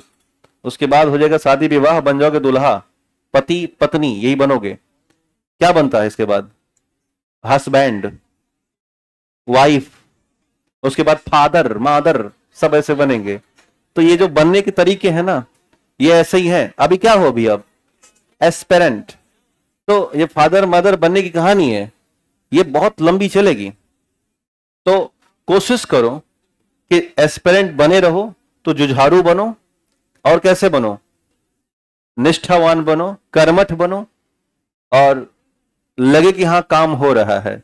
नहीं तो बड़ी लंबी प्रक्रिया है। और सब जानते हो, एक बड़ी बात शानदार बताऊं, आपको देखते देखते समय नहीं पता चलेगा, आप हर चीज बनना शुरू कर दोगे। एक समय ऐसा आएगा, आप ना चाहते हुए भी शादी हो जाएगी, ना चाहते हुए भी आप माता पिता बन जाओगे, आपकी इच्छा नहीं, बन गए। कारण कि वो नियति है, नियति है, इसको नियति कहते हैं। ऐसे ही हो रहा है धरती पे। अगर विश्वास ना हो तो अपने से 10 साल उम्र वाले को एक बार देख लो, जिनका सिलेक्शन नहीं हुआ। तो भैया एक पदवी मिली है, किसकी? एस्पिरेंट की। उस पदवी को समय रहते एक अच्छे सर्वेंट वाले में कन्वर्ट कर लो, ए क्लास सर्वेंट में। तो जरूरत हमारी है और आवश्यकता भी हमारी है। तो नाटक करना छोड़ दो, ये सब कुछ होता नहीं है, असलियत में जिंदा रहो, है ना। हम ऑनलाइन वालों को भी समझा रहे हैं, बहुत दूर से पढ़ते हो, थोड़ा ध्यान रखा करो। आप बड़े मेहनती आदमी हो, इनको भी मैं रोज समझाता हूं कि सब नाटकबाजी छोड़ दो, नौटंकी है ये, कि आज गर्मी है, कल बरसात है, जाड़ा है, सब तो होता रहता है। आज हमारे पास कॉपी नहीं है तो क्या करें, दूसरी नीचे उतर के लाओ जाके, या और कोशिश करो। पैसा नहीं है, हम कोई सुनने वाला, आयोग सुनेगा आपका कि हम बहुत गरीब हैं, आयोग के मार एक घंटा आप लाभ है, से यही कहेगा आयोग? क्या कभी कहता है? हाँ, सरकार ने ईडब्ल्यूएस आदि आज दे रखा है कि आप किस कैटेगरी को, उस कैटेगरी में जाओ, वो सरकार का काम है। लेकिन वहां कह दो साहब हमारे पास खाने कपड़ा नहीं था, आज हम बिस्कुट खा के आए हैं, इसलिए हमें 5 नंबर ज्यादा दे दो, देगा? नहीं देगा। आप उससे बार बार ये कहोगे कि मेरे पास पढ़ने किताब नहीं थी, हम कोयले की रोशनी में पढ़ते थे, कहेगा हम क्या करें, हमसे नहीं मतलब है, हमसे चाहे कोयले की रोशनी में पढ़ के आए हो और चाहे जलाओ हैलोजन, बस हमें चाहिए हमारा क्रम कि आप अंदर आ रहे हो तो भैया नंबर सही है, अंदर आओ, ठीक है, आप चाहे सुदामा हो या कृष्ण हो, हमसे कोई मतलब नहीं है, आओ अंदर। और अंदर आके अगर आपके अंदर एटीट्यूड है, क्षमता है तो लेके जाओ। यही सारी कहानी है। तो दुनिया को समस्याएं सिखाना और अपने अंदर बता, सबसे बड़ी समस्या खुद की है। अपने कहे हम तो गरीब हैं, हमें नहीं पढ़ना चाहिए, हम गरीब हैं। अरे पागला कहीं के, तुम गरीब हो, गरीब रहो, फिर रहो, कोई कहने वाला है। आज हमारे बुखार है, आज कहाँ पढ़ा जाएगा, बुखार में कहाँ पढ़ते हैं हम, आज दिन भर हेडेक है ना, अरे पागल कुछ नहीं, बुखार है तो बुखार एक तरफ, हम एक तरफ, काम रुकना नहीं चाहिए, हर हालात में काम होना चाहिए। चाहे आप कितने भी भूखे हो, घर में कोई झगड़ा युद्ध है, फोन आ रहा है रख दो, कोई मतलब नहीं, फर्जी, ओके बाद में बात करना, अभी बिजी है, सॉरी। ऐसी हालात बनाइए और जज्बा दिखाइए अपने अंदर। काहे नहीं होगा, पीटी निकालना कोई बहुत बड़ा, ये जो लोग निकालने का कहीं एलियन से बन के आया है, किसी न किसी को तो निकल रहेगा कि सब बंद हो जाएगा निकलना। हाँ कोई नहीं, ठीक है, इनका निकल जाएगा। हाँ, हाँ तब उठाइए, हाँ उठा, ठीक है, पिताजी का फोन है, बताना पड़ता है, ठीक है। तो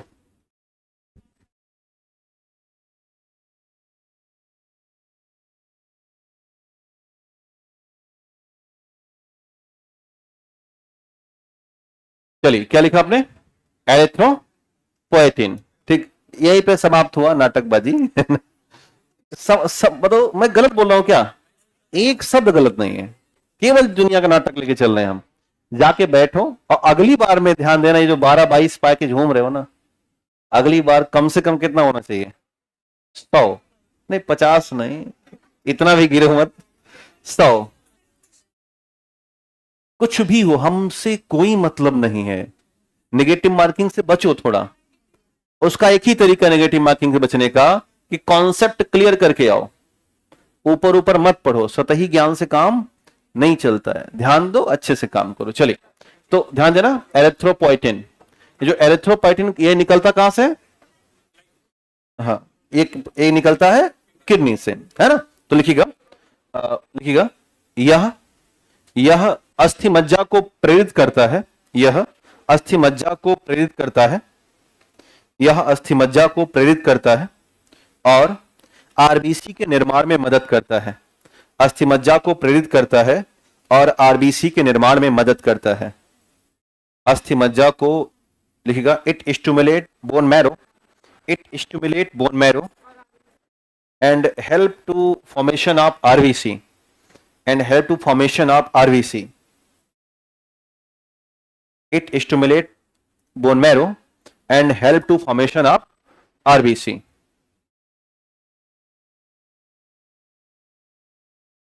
एक शब्द होता है सेलर हाइपोक्सिया, यानी कि कोशिका में ऑक्सीजन की कमी हो जाना, तो इससे ये प्रोटेक्ट करता है। तो नोट डाल दीजिएगा, लिखिएगा नोट में, देखिए erythropoietin, erythropoietin cellular hypoxia, erythropoietin cellular hypoxia, erythropoietin कोशिकीय हाइपोक्सिया से मदद से बचाता है। देखिएगा, it protect to cellular hypoxia, यह सेलुलर हाइपोक्सिया या कोशिका में किसी कमी, कोशिका में ऑक्सीजन की कमी, या ये बात समझ पा रहे हो ना।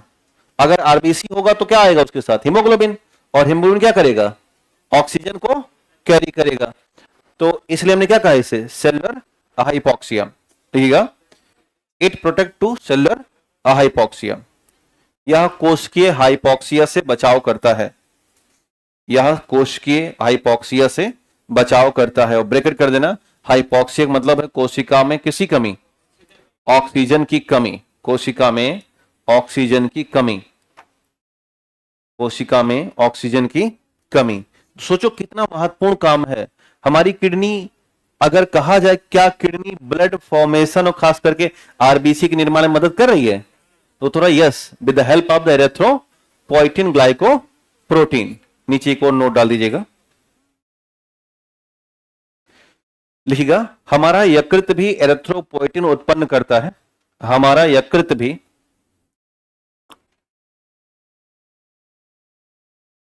हमारा यकृत भी एरिथ्रोपोइटिन उत्पन्न करता है। हाँ, नोट नंबर 2 जो भी नोट होगा, हमारा यकृत भी एरिथ्रोपोइटिन उत्पन्न करता है। Our liver also produce erythropoietin. हमारा लिवर भी एरिथ्रोपोइटिन उत्पन्न करता है। Our liver also produce erythropoietin. देखिए but kidney is a main producer, but kidney is a main producer in adult, but kidney is a main producer in adult. देखिए परंतु वयस्कों में किडनी मुख्य उत्पादक मानी जाती है। देखिए kidney is a main producer in adult, but kidney is a main producer in adult. वयस्कों में किडनी मुख्य उत्पादक मानी जाती है। तो आपको विकल्प अगर आए कि एरिथ्रोपोइटिन का निर्माण कहां से हुआ, तो आपको लगाना है किडनी। अगर किडनी नहीं मिलेगा तो लीवर। अगर यह लिखा हो कि लीवर और किडनी दोनों, तो क्या लगाना है? दोनों नहीं, दोनों लगाना है, क्योंकि हमने बताया दोनों जगह से हो रहा है, लेकिन मेन कौन है? किडनी है। तो बात क्लियर समझना है इस चीज को, कोई दिक्कत तो नहीं है? ठीक। इसके बाद लिखिएगा अगला रेनिन एंजाइम। ये तो कहीं मिला था जी, और रेनिन एंजाइम।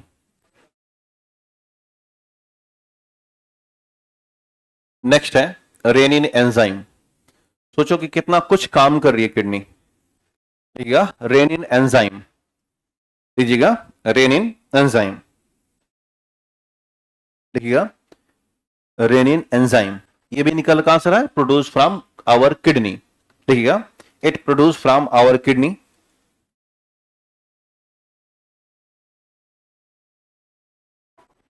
और कहां से निकल रहा था?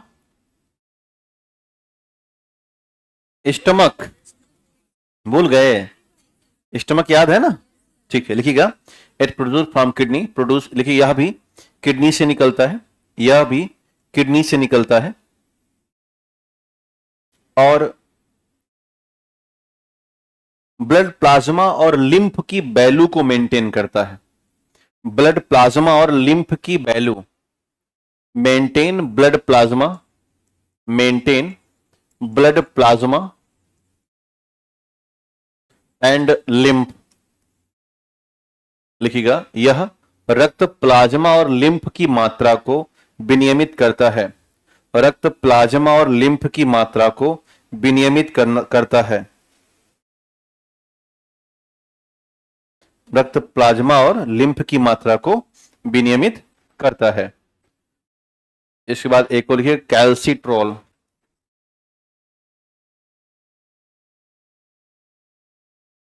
एक और है कैल्सिट्रॉल। एक और लिखिएगा ये हार्मोन है, कैल्सिट्रॉल हार्मोन।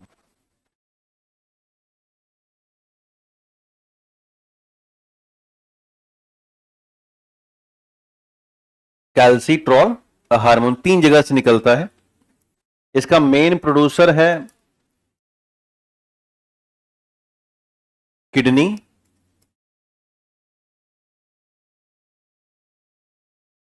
और अदर जो प्रोड्यूसर हैं वो हैं लिवर और स्किन।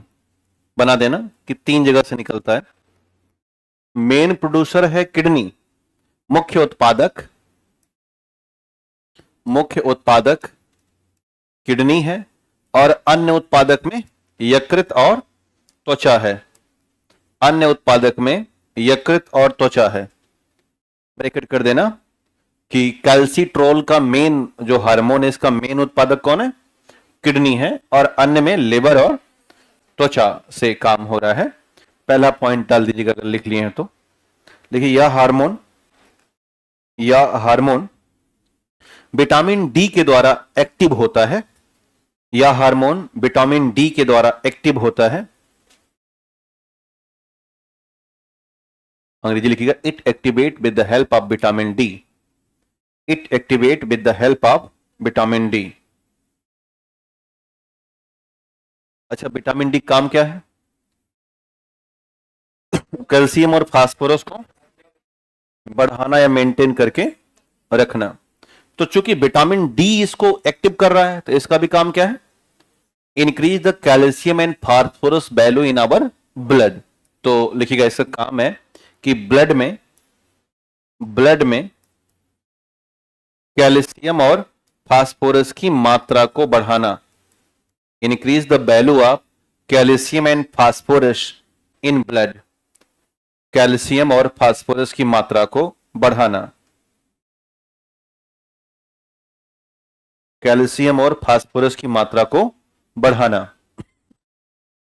कैल्शियम और फास्फोरस की मात्रा को बढ़ाना। तो एक तरीके से किडनी ये भी इनडायरेक्ट वर्क कर रही है क्या? कैल्शियम और फास्फोरस की मात्रा को भी रेगुलेट करने का प्रयास कर रही है। किसके माध्यम से? कैल्सीट्रोल के माध्यम से, है ना। तो ये कुछ ऐसे हार्मोन, एंजाइम और ग्लाइकोप्रोटीन रहे हैं जो किससे बिलोंग कर रहे हैं? हाँ, किडनी से बिलोंग कर रहे थे। अब लिखिएगा, chemical composition of human urine. हाँ, मानव के मूत्र का रासायनिक संगठन। आइए झांक के देखा जाए कि मूत्र में है क्या। लिखिएगा, मानव के मूत्र का रासायनिक संगठन। मानव के मूत्र का रासायनिक संगठन। मानव के मूत्र का रासायनिक संगठन। Chemical composition of human urine. Chemical composition of human urine. मानव के मूत्र का रासायनिक संगठन। Chemical composition of human urine. हाँ, विटामिन डी कमी से रिकेट्स नामक बीमारी होती है, ऐसा केजीएस यूजर भैया कह रहे हैं।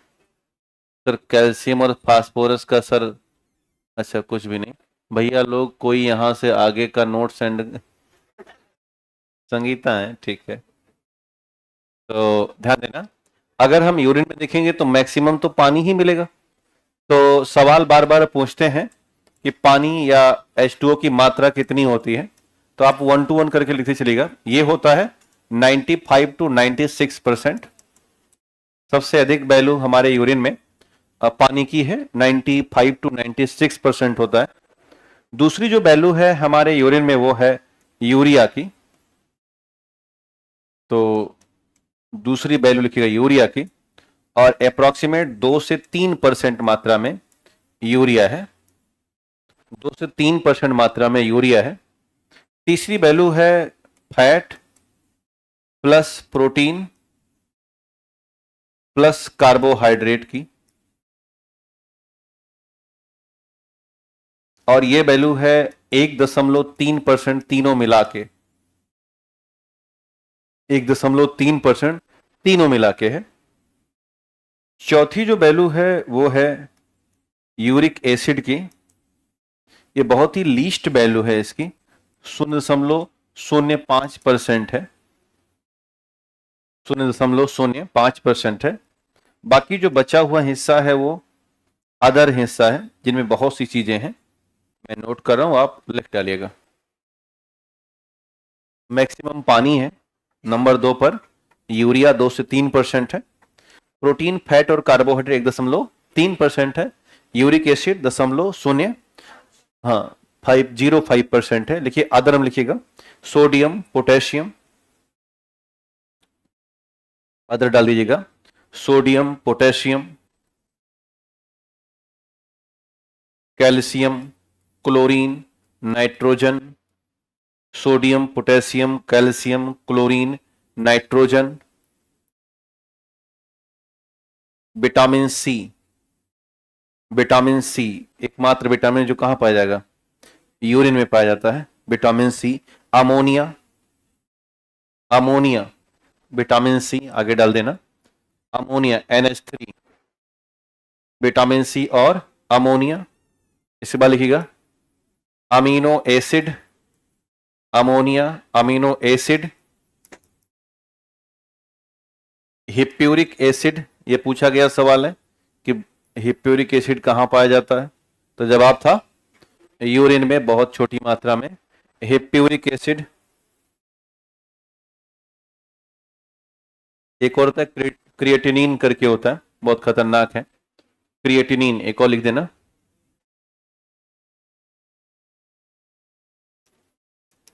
क्रिएटिनिन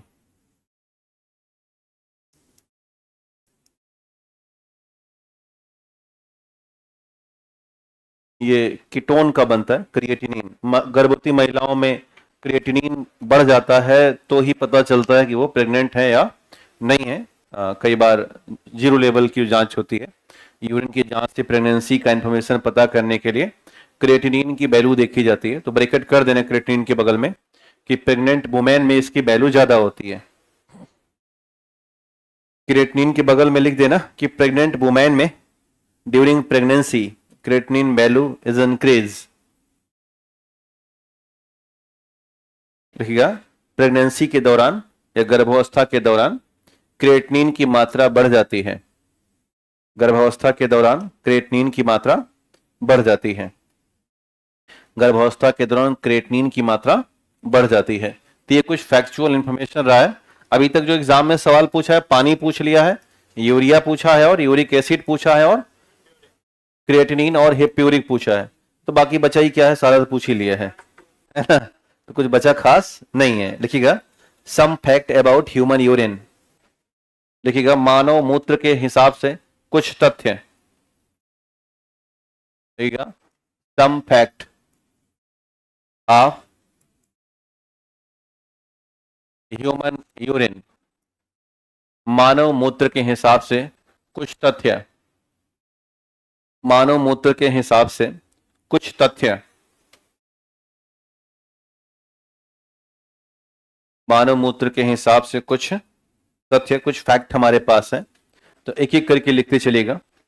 लिखिए मूत्र में ज्यादा मात्रा का ग्लूकोज, मूत्र में मैक्सिमम वैल्यू ऑफ ग्लूकोज, मूत्र में ज्यादा मात्रा का ग्लूकोज कौन सी बीमारी बताता है, डायबिटिक या मधुमेह। देखिएगा रिप्रेजेंट मधुमेह या डायबिटिक। देखिए मूत्र में ज्यादा मात्रा का ग्लूकोज, मूत्र में ज्यादा मात्रा का ग्लूकोज रिप्रेजेंट मधुमेह। ठीक है, समझ पा रहे हो आप लोग। तो ज्यादा लिखने की आवश्यकता नहीं है, बस बनाते चलिएगा।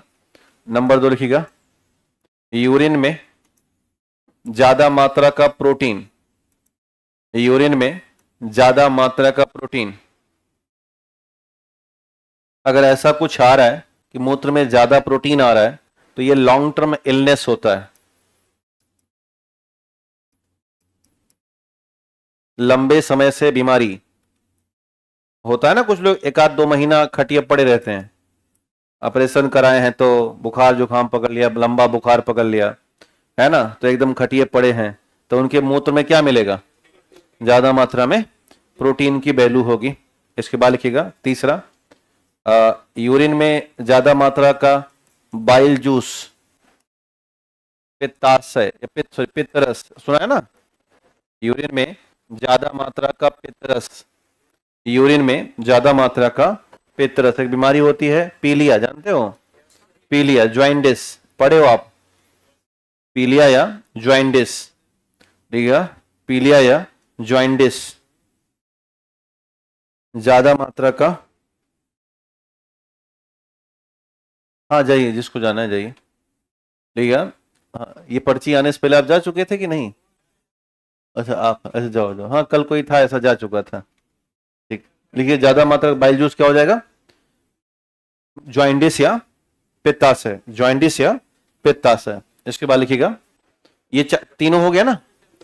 ग्लूकोज बढ़ेगा तो क्या हो जाएगा, प्रोटीन बढ़ेगा तो long term illness, bile juice बढ़ेगा तो ज्वाइंडिस या पीलिया। इसके बाद चौथा लिखिएगा maximum amount of acetone in urine. देखिएगा एसीटोन की अधिक मात्रा, maximum amount of urine, maximum amount of acetone in urine. तो यह है लॉन्ग टर्म फास्टिंग, लंबे समय से उपवास। ज्यादा उपवास करेंगे तो बन जाता है एसीटोन। लगेगा maximum value of acetone in urine, तो उत्तर क्या हो जाएगा, लॉन्ग टर्म फास्टिंग। 7-8 दिन तक आप फास्टिंग कर रहे हो तो हाँ, नहीं, नवरात्र को फास्टिंग नहीं कहते हैं, एंटरटेनिंग कहते हैं। कुछ नहीं खाते हो, फास्टिंग मतलब कुछ ना खाओ, खाली पानी पियो। तो नारियल पानी पानी है। अब ये नारियल पानी पानी कहलाएगा? ये तो एम्ब्रॉयनिक डेवलपमेंट हो रहा है ना इसका, इसमें तो प्रोटीन भी है, सब कुछ है, इसमें कुछ बचा नहीं है। चलिए हम अन्ना हजारे वाली बात कर रहे हैं, ओरिजिनल। ऐसा नहीं कि जाके यहाँ सामने करो आज भूख हड़ताल हो, जाके बाथरूम में खा रहे हो बर्गर, वो वाला नहीं कह रहे हैं। वो देखा ना ओ माई गॉड वाले में, बाथरूम में जाके बर्गर खा रहा था। तो ऐसा फास्टिंग ना करिए, तो ये बात ध्यान देना। चलिए, तो इसके बाद लिखिएगा चौथा 5वां पॉइंट लिखिएगा, लिखिएगा एक वयस्क व्यक्ति दिन भर में, अब ये थोड़ा लंबा है, एक वयस्क व्यक्ति दिन भर में, एक वयस्क व्यक्ति दिन भर में 1000 ml से लेकर 1800 ml यूरिन प्रोड्यूस करता है। एक वयस्क व्यक्ति दिन भर में, लिखिएगा an adult produce approximate 1000 to 1800 ml 1000 to 1800 ml urine पर 20 आवर।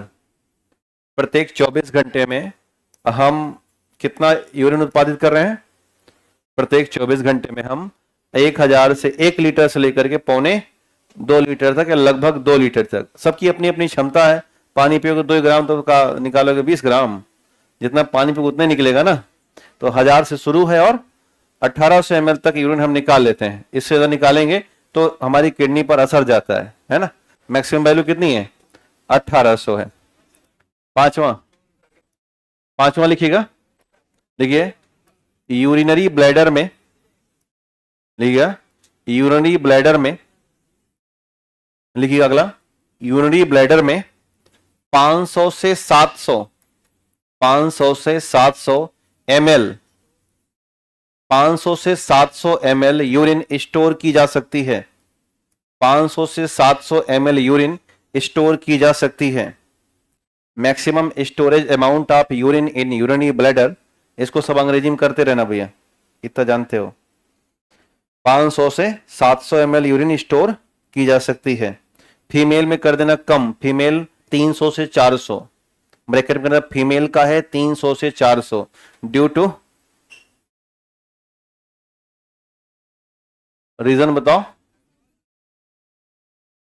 हाँ, यूटरस है ना, मेन रीजन है यूटरस। देखिएगा फीमेल में 300, मैंने एक दिन शायद जिक्र किया था क्लास में, 300 से 400 फीमेल में। इसके बाद लिखिएगा, जब हम कभी हमें पी की इंफॉर्मेशन, पी मतलब पेशाब का इंफॉर्मेशन होना, यूरिन का ना, तो पी इंफॉर्मेशन मिलता है 150 से 250 के बीच में। यानी कि जब यूरिनरी ब्लैडर में 150 ml से 250 ml यूरिन आ जाता है, हाँ, तो पी इंफॉर्मेशन, कहाँ जा रहे हो, पी इंफॉर्मेशन मिल चुकी है। लिखिएगा, लिखिएगा पी इंफॉर्मेशन, या हाँ लघु शंका, लिखिएगा। हिंदी भाई जब है तो लिखो, ठीक है, पी इंफॉर्मेशन या लघु शंका, दीर्घ शंका नहीं, ध्यान देना कैसी शंका है, लघु शंका। ये तब होगी जब 150 ml से 250 ml यूरिन स्टोर हो जाएगा। हाँ, 150 ml से 200 ml यूरिन स्टोर हो जाएगा, तो फिर पी इंफॉर्मेशन होती है, पी इंफॉर्मेशन उत्पन्न हो जाती है। लघु शंका उत्पन्न होगी 150 से 200 ml पर। हाँ, अब ना जाओ तो ठीक है, इकट्ठा होता रहे, कितना जाएगा, 400-500 जाएगा, और उसके पास ऐसी शंका उत्पन्न करेगा कि ब्लैडर पे असर जाता है ना। तो कोशिश करें कि लघु शंका है तो बाहर जाएं, दीर्घ शंका में परिवर्तित ना करें, नहीं तो। और एक उम्र ऐसी आएगी जब बुढ़ापा आएगा आप में, तो पहला सिम्टम्स यही होगा कि आप 250 के ऊपर रोक ही नहीं पाते हो, है ना, भागना ही पड़ेगा, आप किसी कीमत पर रुक नहीं पाओगे। ये बुढ़ापे का सबसे शानदार सिम्टम्स है, और ये शुरू हो जाता है 35 साल होने पर। 35 के जैसे होंगे आपको ये अलार्म आ जाएगा कि गुरु बुढ़ा गए हो, शांत रहो, है ना। ये एक स्लाइट अलार्म है, आइए बढ़ते हैं। लिखिएगा on average 25 to 30 gram, on average लिखिएगा एक औसत के आधार पर 25 से 30 ग्राम प्रतिदिन यूरिया का उत्पादन होता है। ऑन एवरेज 25 से 30 ग्राम यूरिया का उत्पादन होता है। एक अडल्ट कर रहा है ऑन एवरेज, लिखिएगा an adult produce on average 25 to 30 gram per day urea. लिखिएगा एक वयस्क प्रतिदिन 25 से 30 ग्राम यूरिया का उत्पादन करता है। तो महीने में कितना हो जाएगा? 900 ग्राम।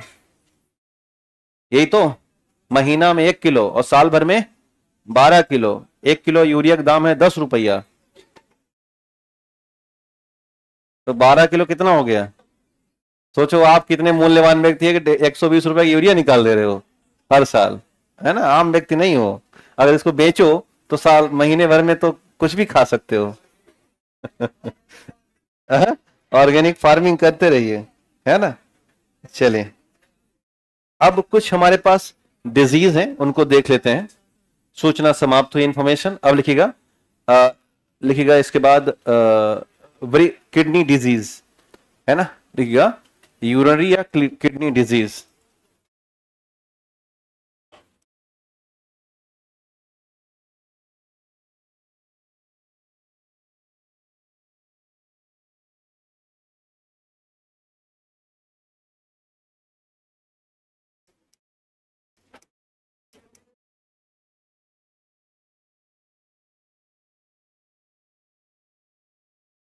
लिखिएगा ब्रिक या मूत्र संबंधी बीमारी।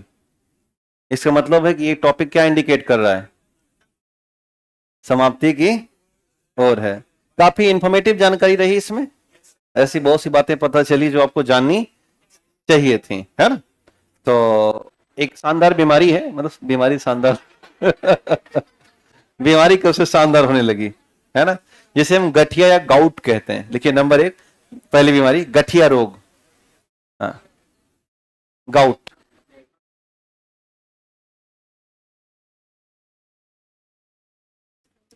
अर्थराइटिस अलग है, गठिया भी एक अर्थराइटिस है।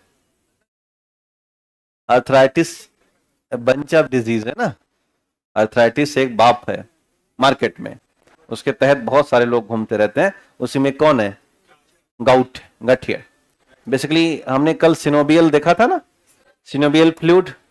तो जब सिनोबियल फ्लूइड में हमें 2 बोन मिले थे, एक ये बोन था और यहां था, इनके बीच में क्या भर दिया था हमने? सिनोबियल फ्लूइड भर दिया था। तो जब सिनोबियल फ्लूइड में ज्यादा मात्रा में यूरिक एसिड क्या बढ़ जाएगा? ज्यादा मात्रा में यूरिक अम्ल बढ़ जाएगा, तो इसी कहा जाता है गाउट। क्या बोलते हैं? Gout. Basically gout and arthritis is the same and has the same symptoms, but specially gout disease is caused by maximum amount of the uric acid present in synovial fluid. तो बस इतनी बात लिखनी है, information बढ़ाते रहो। लिखिएगा सिनोबियल द्रव में, ऐसे लिखिए हिंदी में, सिनोबियल द्रव में। अब आप इसे आज स्वीकार कर ले रहे हो, कल स्वीकार नहीं करते। सिनोबियल द्रव बोला जाता, तो सिनोबियल द्रव में यूरिक अम्ल की मात्रा का जमा होना, सिनोबियल द्रव में यूरिक अम्ल की मात्रा का जमा होना या स्टोर होना, यूरिक अम्ल की मात्रा का जमा होना या स्टोर होना गाउट कहलाता है। गाउट कहलाता है। यह भी एक प्रकार का अर्थराइटिस है, यह भी एक प्रकार का अर्थराइटिस है। सिनोबियल द्रव में यूरिक अम्ल की मात्रा का जमा होना, सिनोबियल द्रव में यूरिक अम्ल की मात्रा का जमा होना क्या कहलाएगा? गाउट या गठिया कहलाता है। यह भी एक प्रकार का अर्थराइटिस कहलाता है। यह भी एक प्रकार का अर्थराइटिस कहलाता है।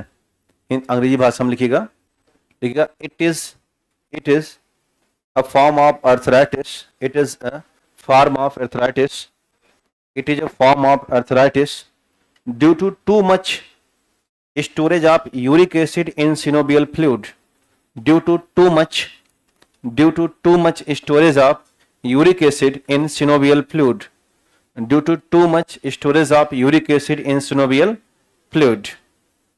Due to too much storage of uric acid in synovial fluid. कोई दिक्कत तो नहीं आता?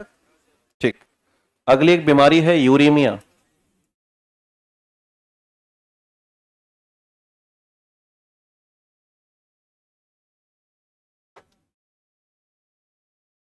नेक्स्ट में लिखिएगा यूरेमिया। अगली बीमारी का नाम लिखिएगा यूरेमिया, UREMIA, यूरेमिया। तो वास्तव में हमारी ब्रिक या किडनी का एक ही काम है कि बहुत ज्यादा मात्रा में जो वेस्ट मटेरियल है, खासकर क्या यूरिया या जितने भी नाइट्रोजेनियस वेस्ट हैं, इनको क्या करते रहना, आउट करते रहना। ये काम किसका है? तो ये काम है, फंक्शन है किडनी का, जो कि हम लोग अभी पढ़ के निकले हैं। तो जब कभी किडनी हमारी खराब हो जाएगी तो ये अपना फंक्शन कर नहीं पाएगी। तो बेसिकली हमारे ब्लड से यूरिया को बाहर निकालना ही हमारा मेन फंक्शन था, और यही फंक्शन क्या हो गया, स्टॉप हो गया। और जब ये स्टॉप हो गया तो अब हमारे ब्लड में किसकी मात्रा ज्यादा दिख रही है? ब्लड में अब जो ब्लड घूम रहा है बॉडी में, वो क्या लेके घूम रहा है? यूरिया लेके घूम रहा है, जो कि अच्छी बात नहीं है, हमें बीमार कर देगा और फिर हम सूजन आ जाएगी और हम बहुत ज्यादा अलग अलग बंचा बीमारियों से घिर जाएंगे, क्योंकि ये बहुत खतरनाक इम्प्योरिटी है बॉडी में। तो इसी को यूरेमिया कहते हैं। तो हम कह सकते हैं कि किडनी सफर होने पर या किडनी फेल्योर होने पर या किडनी का सही ढंग से काम ना करना बेसिकली ब्लड को फिल्टर ना करने की प्रक्रिया है। और lack of blood filtering process, excess amount of urea present in our blood, and the condition is known as uraemia. समझ में आ रहा है? लिखिएगा, जब किडनी काम नहीं करती या फेल हो जाती है, जब किडनी काम नहीं करती या फेल हो जाती है, जब किडनी काम नहीं करती या फेल हो जाती है, तो रक्त का शोधन नहीं हो पाता। जब किडनी काम नहीं करती या फेल हो जाती है तो रक्त का शोधन नहीं हो पाता।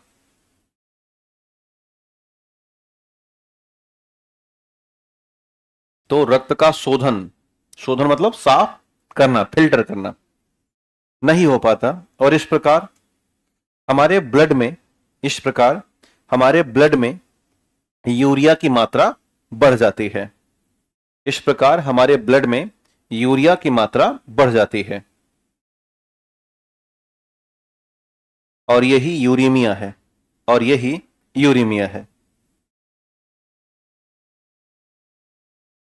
अंग्रेजी भाषा में लिखिएगा। ठीक है, देखिए, rise level of urea in our blood, rise level of urea in our blood, rise level of urea in our blood known as uremia problem, rise level of urea in our blood known as uremia problem due to kidney malfunctioning or failure, due to kidney malfunctioning or failure, due to kidney malfunctioning or failure, due to kidney malfunctioning or failure,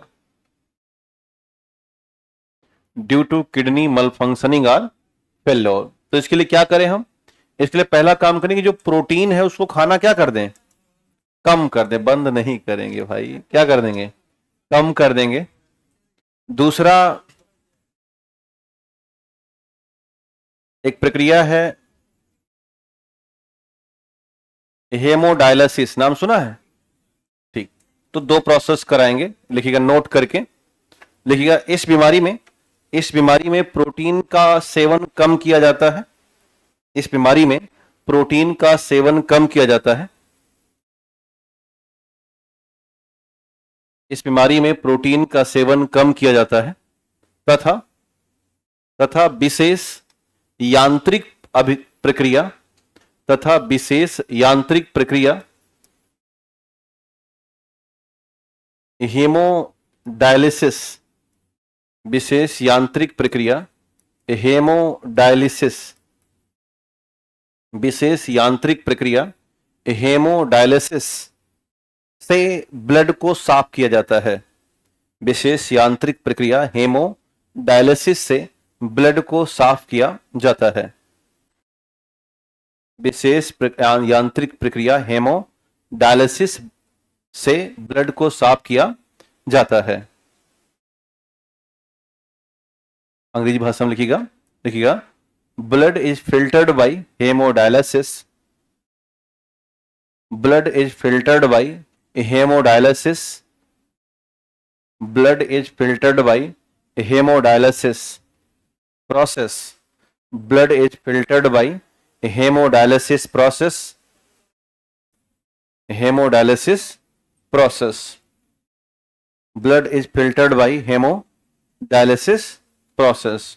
ठीक है, तो ये हमें ध्यान में रखना है। इसके अलावा एक और समस्या होती है जिसे हम बोलते हैं किडनी स्टोन, यानी कि हमारी किडनी में पथरी हो जाना। तो लिख लीजिए, जानते सब हो, लिखना ही है। ठीक है, किडनी स्टोन, किडनी में पथरी, किडनी में पथरी।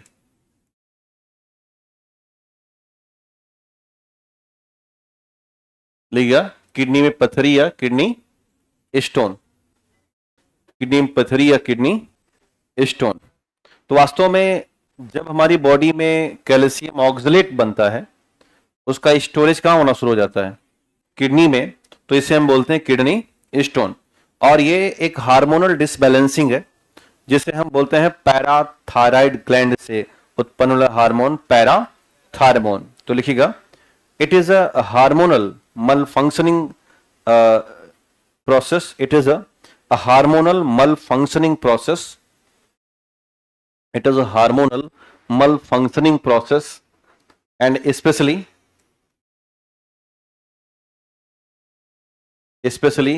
paratharmone,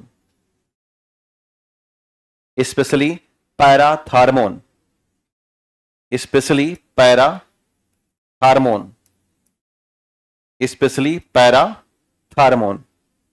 लिखिएगा, आगे बढ़ाना, calcium oxalate, OXALATES, calcium oxalate.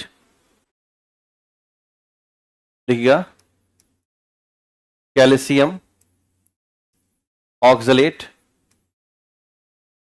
Storage, calcium oxalate storage in our kidney, calcium oxalate storage in our kidney known as kidney stone, calcium oxalate storage in our kidney known as kidney stone। Hindi में लिखिएगा, लिखिए पथरी वास्तव में hormonal परिवर्तन, पथरी वास्तव में हार्मोनल परिवर्तन, पथरी वास्तव में हार्मोनल परिवर्तन के कारण होने वाली समस्या है।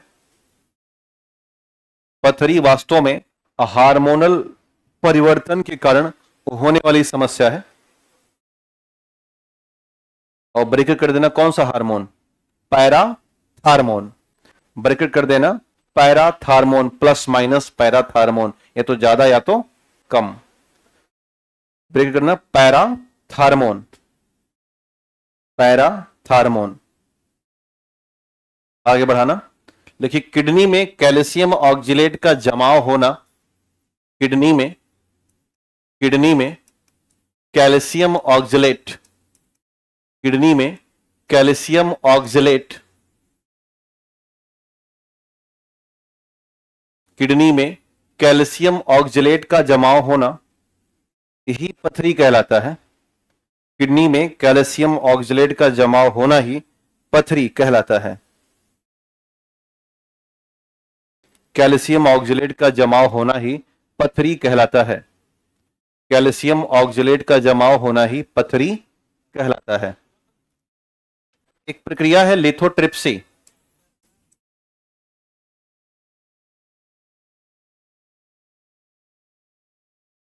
लिखिए एक प्रक्रिया लिथोट्रिप्सी, हाँ उसी पथरी को ठीक करने का प्रोसेस है लिथोट्रिप्सी।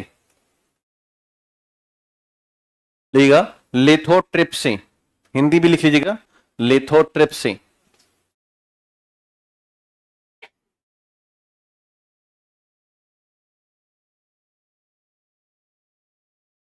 लिखिएगा it is the kidney stone treatment process, kidney stone treatment process, it is a kidney stone treatment process.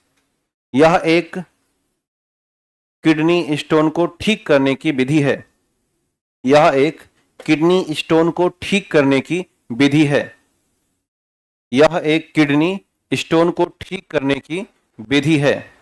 Lithotripsy, यह एक किडनी स्टोन को ठीक करने की विधि है, treatment process of the kidney stone. इसमें 3 टेक्नोलॉजी इस्तेमाल करते हैं। एक तो हम इस्तेमाल करते हैं शॉक वेव का, दूसरा हम इस्तेमाल करते हैं अल्ट्रासाउंड वेव का, नाम सुना है, और तीसरा हम इस्तेमाल करते हैं लेजर टेक्नोलॉजी। 3 नाम लिख देना। शॉक वेव आगे मिलेगा फिजिक्स में आपको, शॉक वेव इस्तेमाल करते हैं, दूसरा अल्ट्रासाउंड वेव इस्तेमाल करते हैं, और तीसरा LASER लेजर टेक्नोलॉजी। लेजर से हम आजकल पथरी तोड़ के निकाल लेते हैं ना, ये तो बहुत, ये आजकल फेमस है, ये तो पुराने जमाने की चीजें हैं। शॉक वेव का इस्तेमाल करते हैं, अल्ट्रासाउंड वेव का इस्तेमाल करते हैं, और लेजर ट्रीटमेंट या लेजर टेक्नोलॉजी का इस्तेमाल करके पथरी को तोड़ देते हैं। हो गया? तो लिथोट्रिप्सी दिमाग में आया? Lithotripsy the process of kidney stone treatment. क्या क्या टेक्नोलॉजी है इसमें? शॉक वेव लगाएंगे, अल्ट्रासाउंड और लेजर, LASER लेजर टेक्नोलॉजी। ध्यान देना। एक और लास्ट बीमारी है और इसे हम बोलते हैं रक्तमेह। मधुमेह से जुड़ा हुआ काम है रक्तमेह, है ना, मधुमेह से जुड़ा हुआ नाम है रक्तमेह। इसे बोलते हैं हेमेटोयूरिया, हेमेटोयूरिया, HEMAT। हेमेटोलॉजी क्या होता है? हेमेटोयूरिया, रक्तमेह, हेमेटोयूरिया। मधुमेह का भाई क्या है? रक्तमेह या हेमेटोयूरिया। ये क्या है? जब यूरिया में ब्लीडिंग आना शुरू हो, सॉरी यूरिन में ब्लीडिंग, तो लिखिएगा blood present in urine, blood present in urine. मूत्र में रक्त की उपस्थिति, मूत्र में रक्त की उपस्थिति को रक्तमेह कहा जाता है। मूत्र में रक्त की उपस्थिति को रक्तमेह कहा जाता है। मूत्र में रक्त की उपस्थिति को रक्तमेह कहा जाता है। लिखिएगा मुख्य कारण, मेन रीजन क्या है, काज क्या है इसका? देखिए यूरिनरी इन्फेक्शन, मूत्र संक्रमण रीजन बनेगा। पहला रीजन यूरिनरी इन्फेक्शन या मूत्र संक्रमण, यूरिनरी इन्फेक्शन या मूत्र संक्रमण। पुरुषों में ग्लैंड होती है प्रोस्टेट ग्लैंड, नाम सुना है?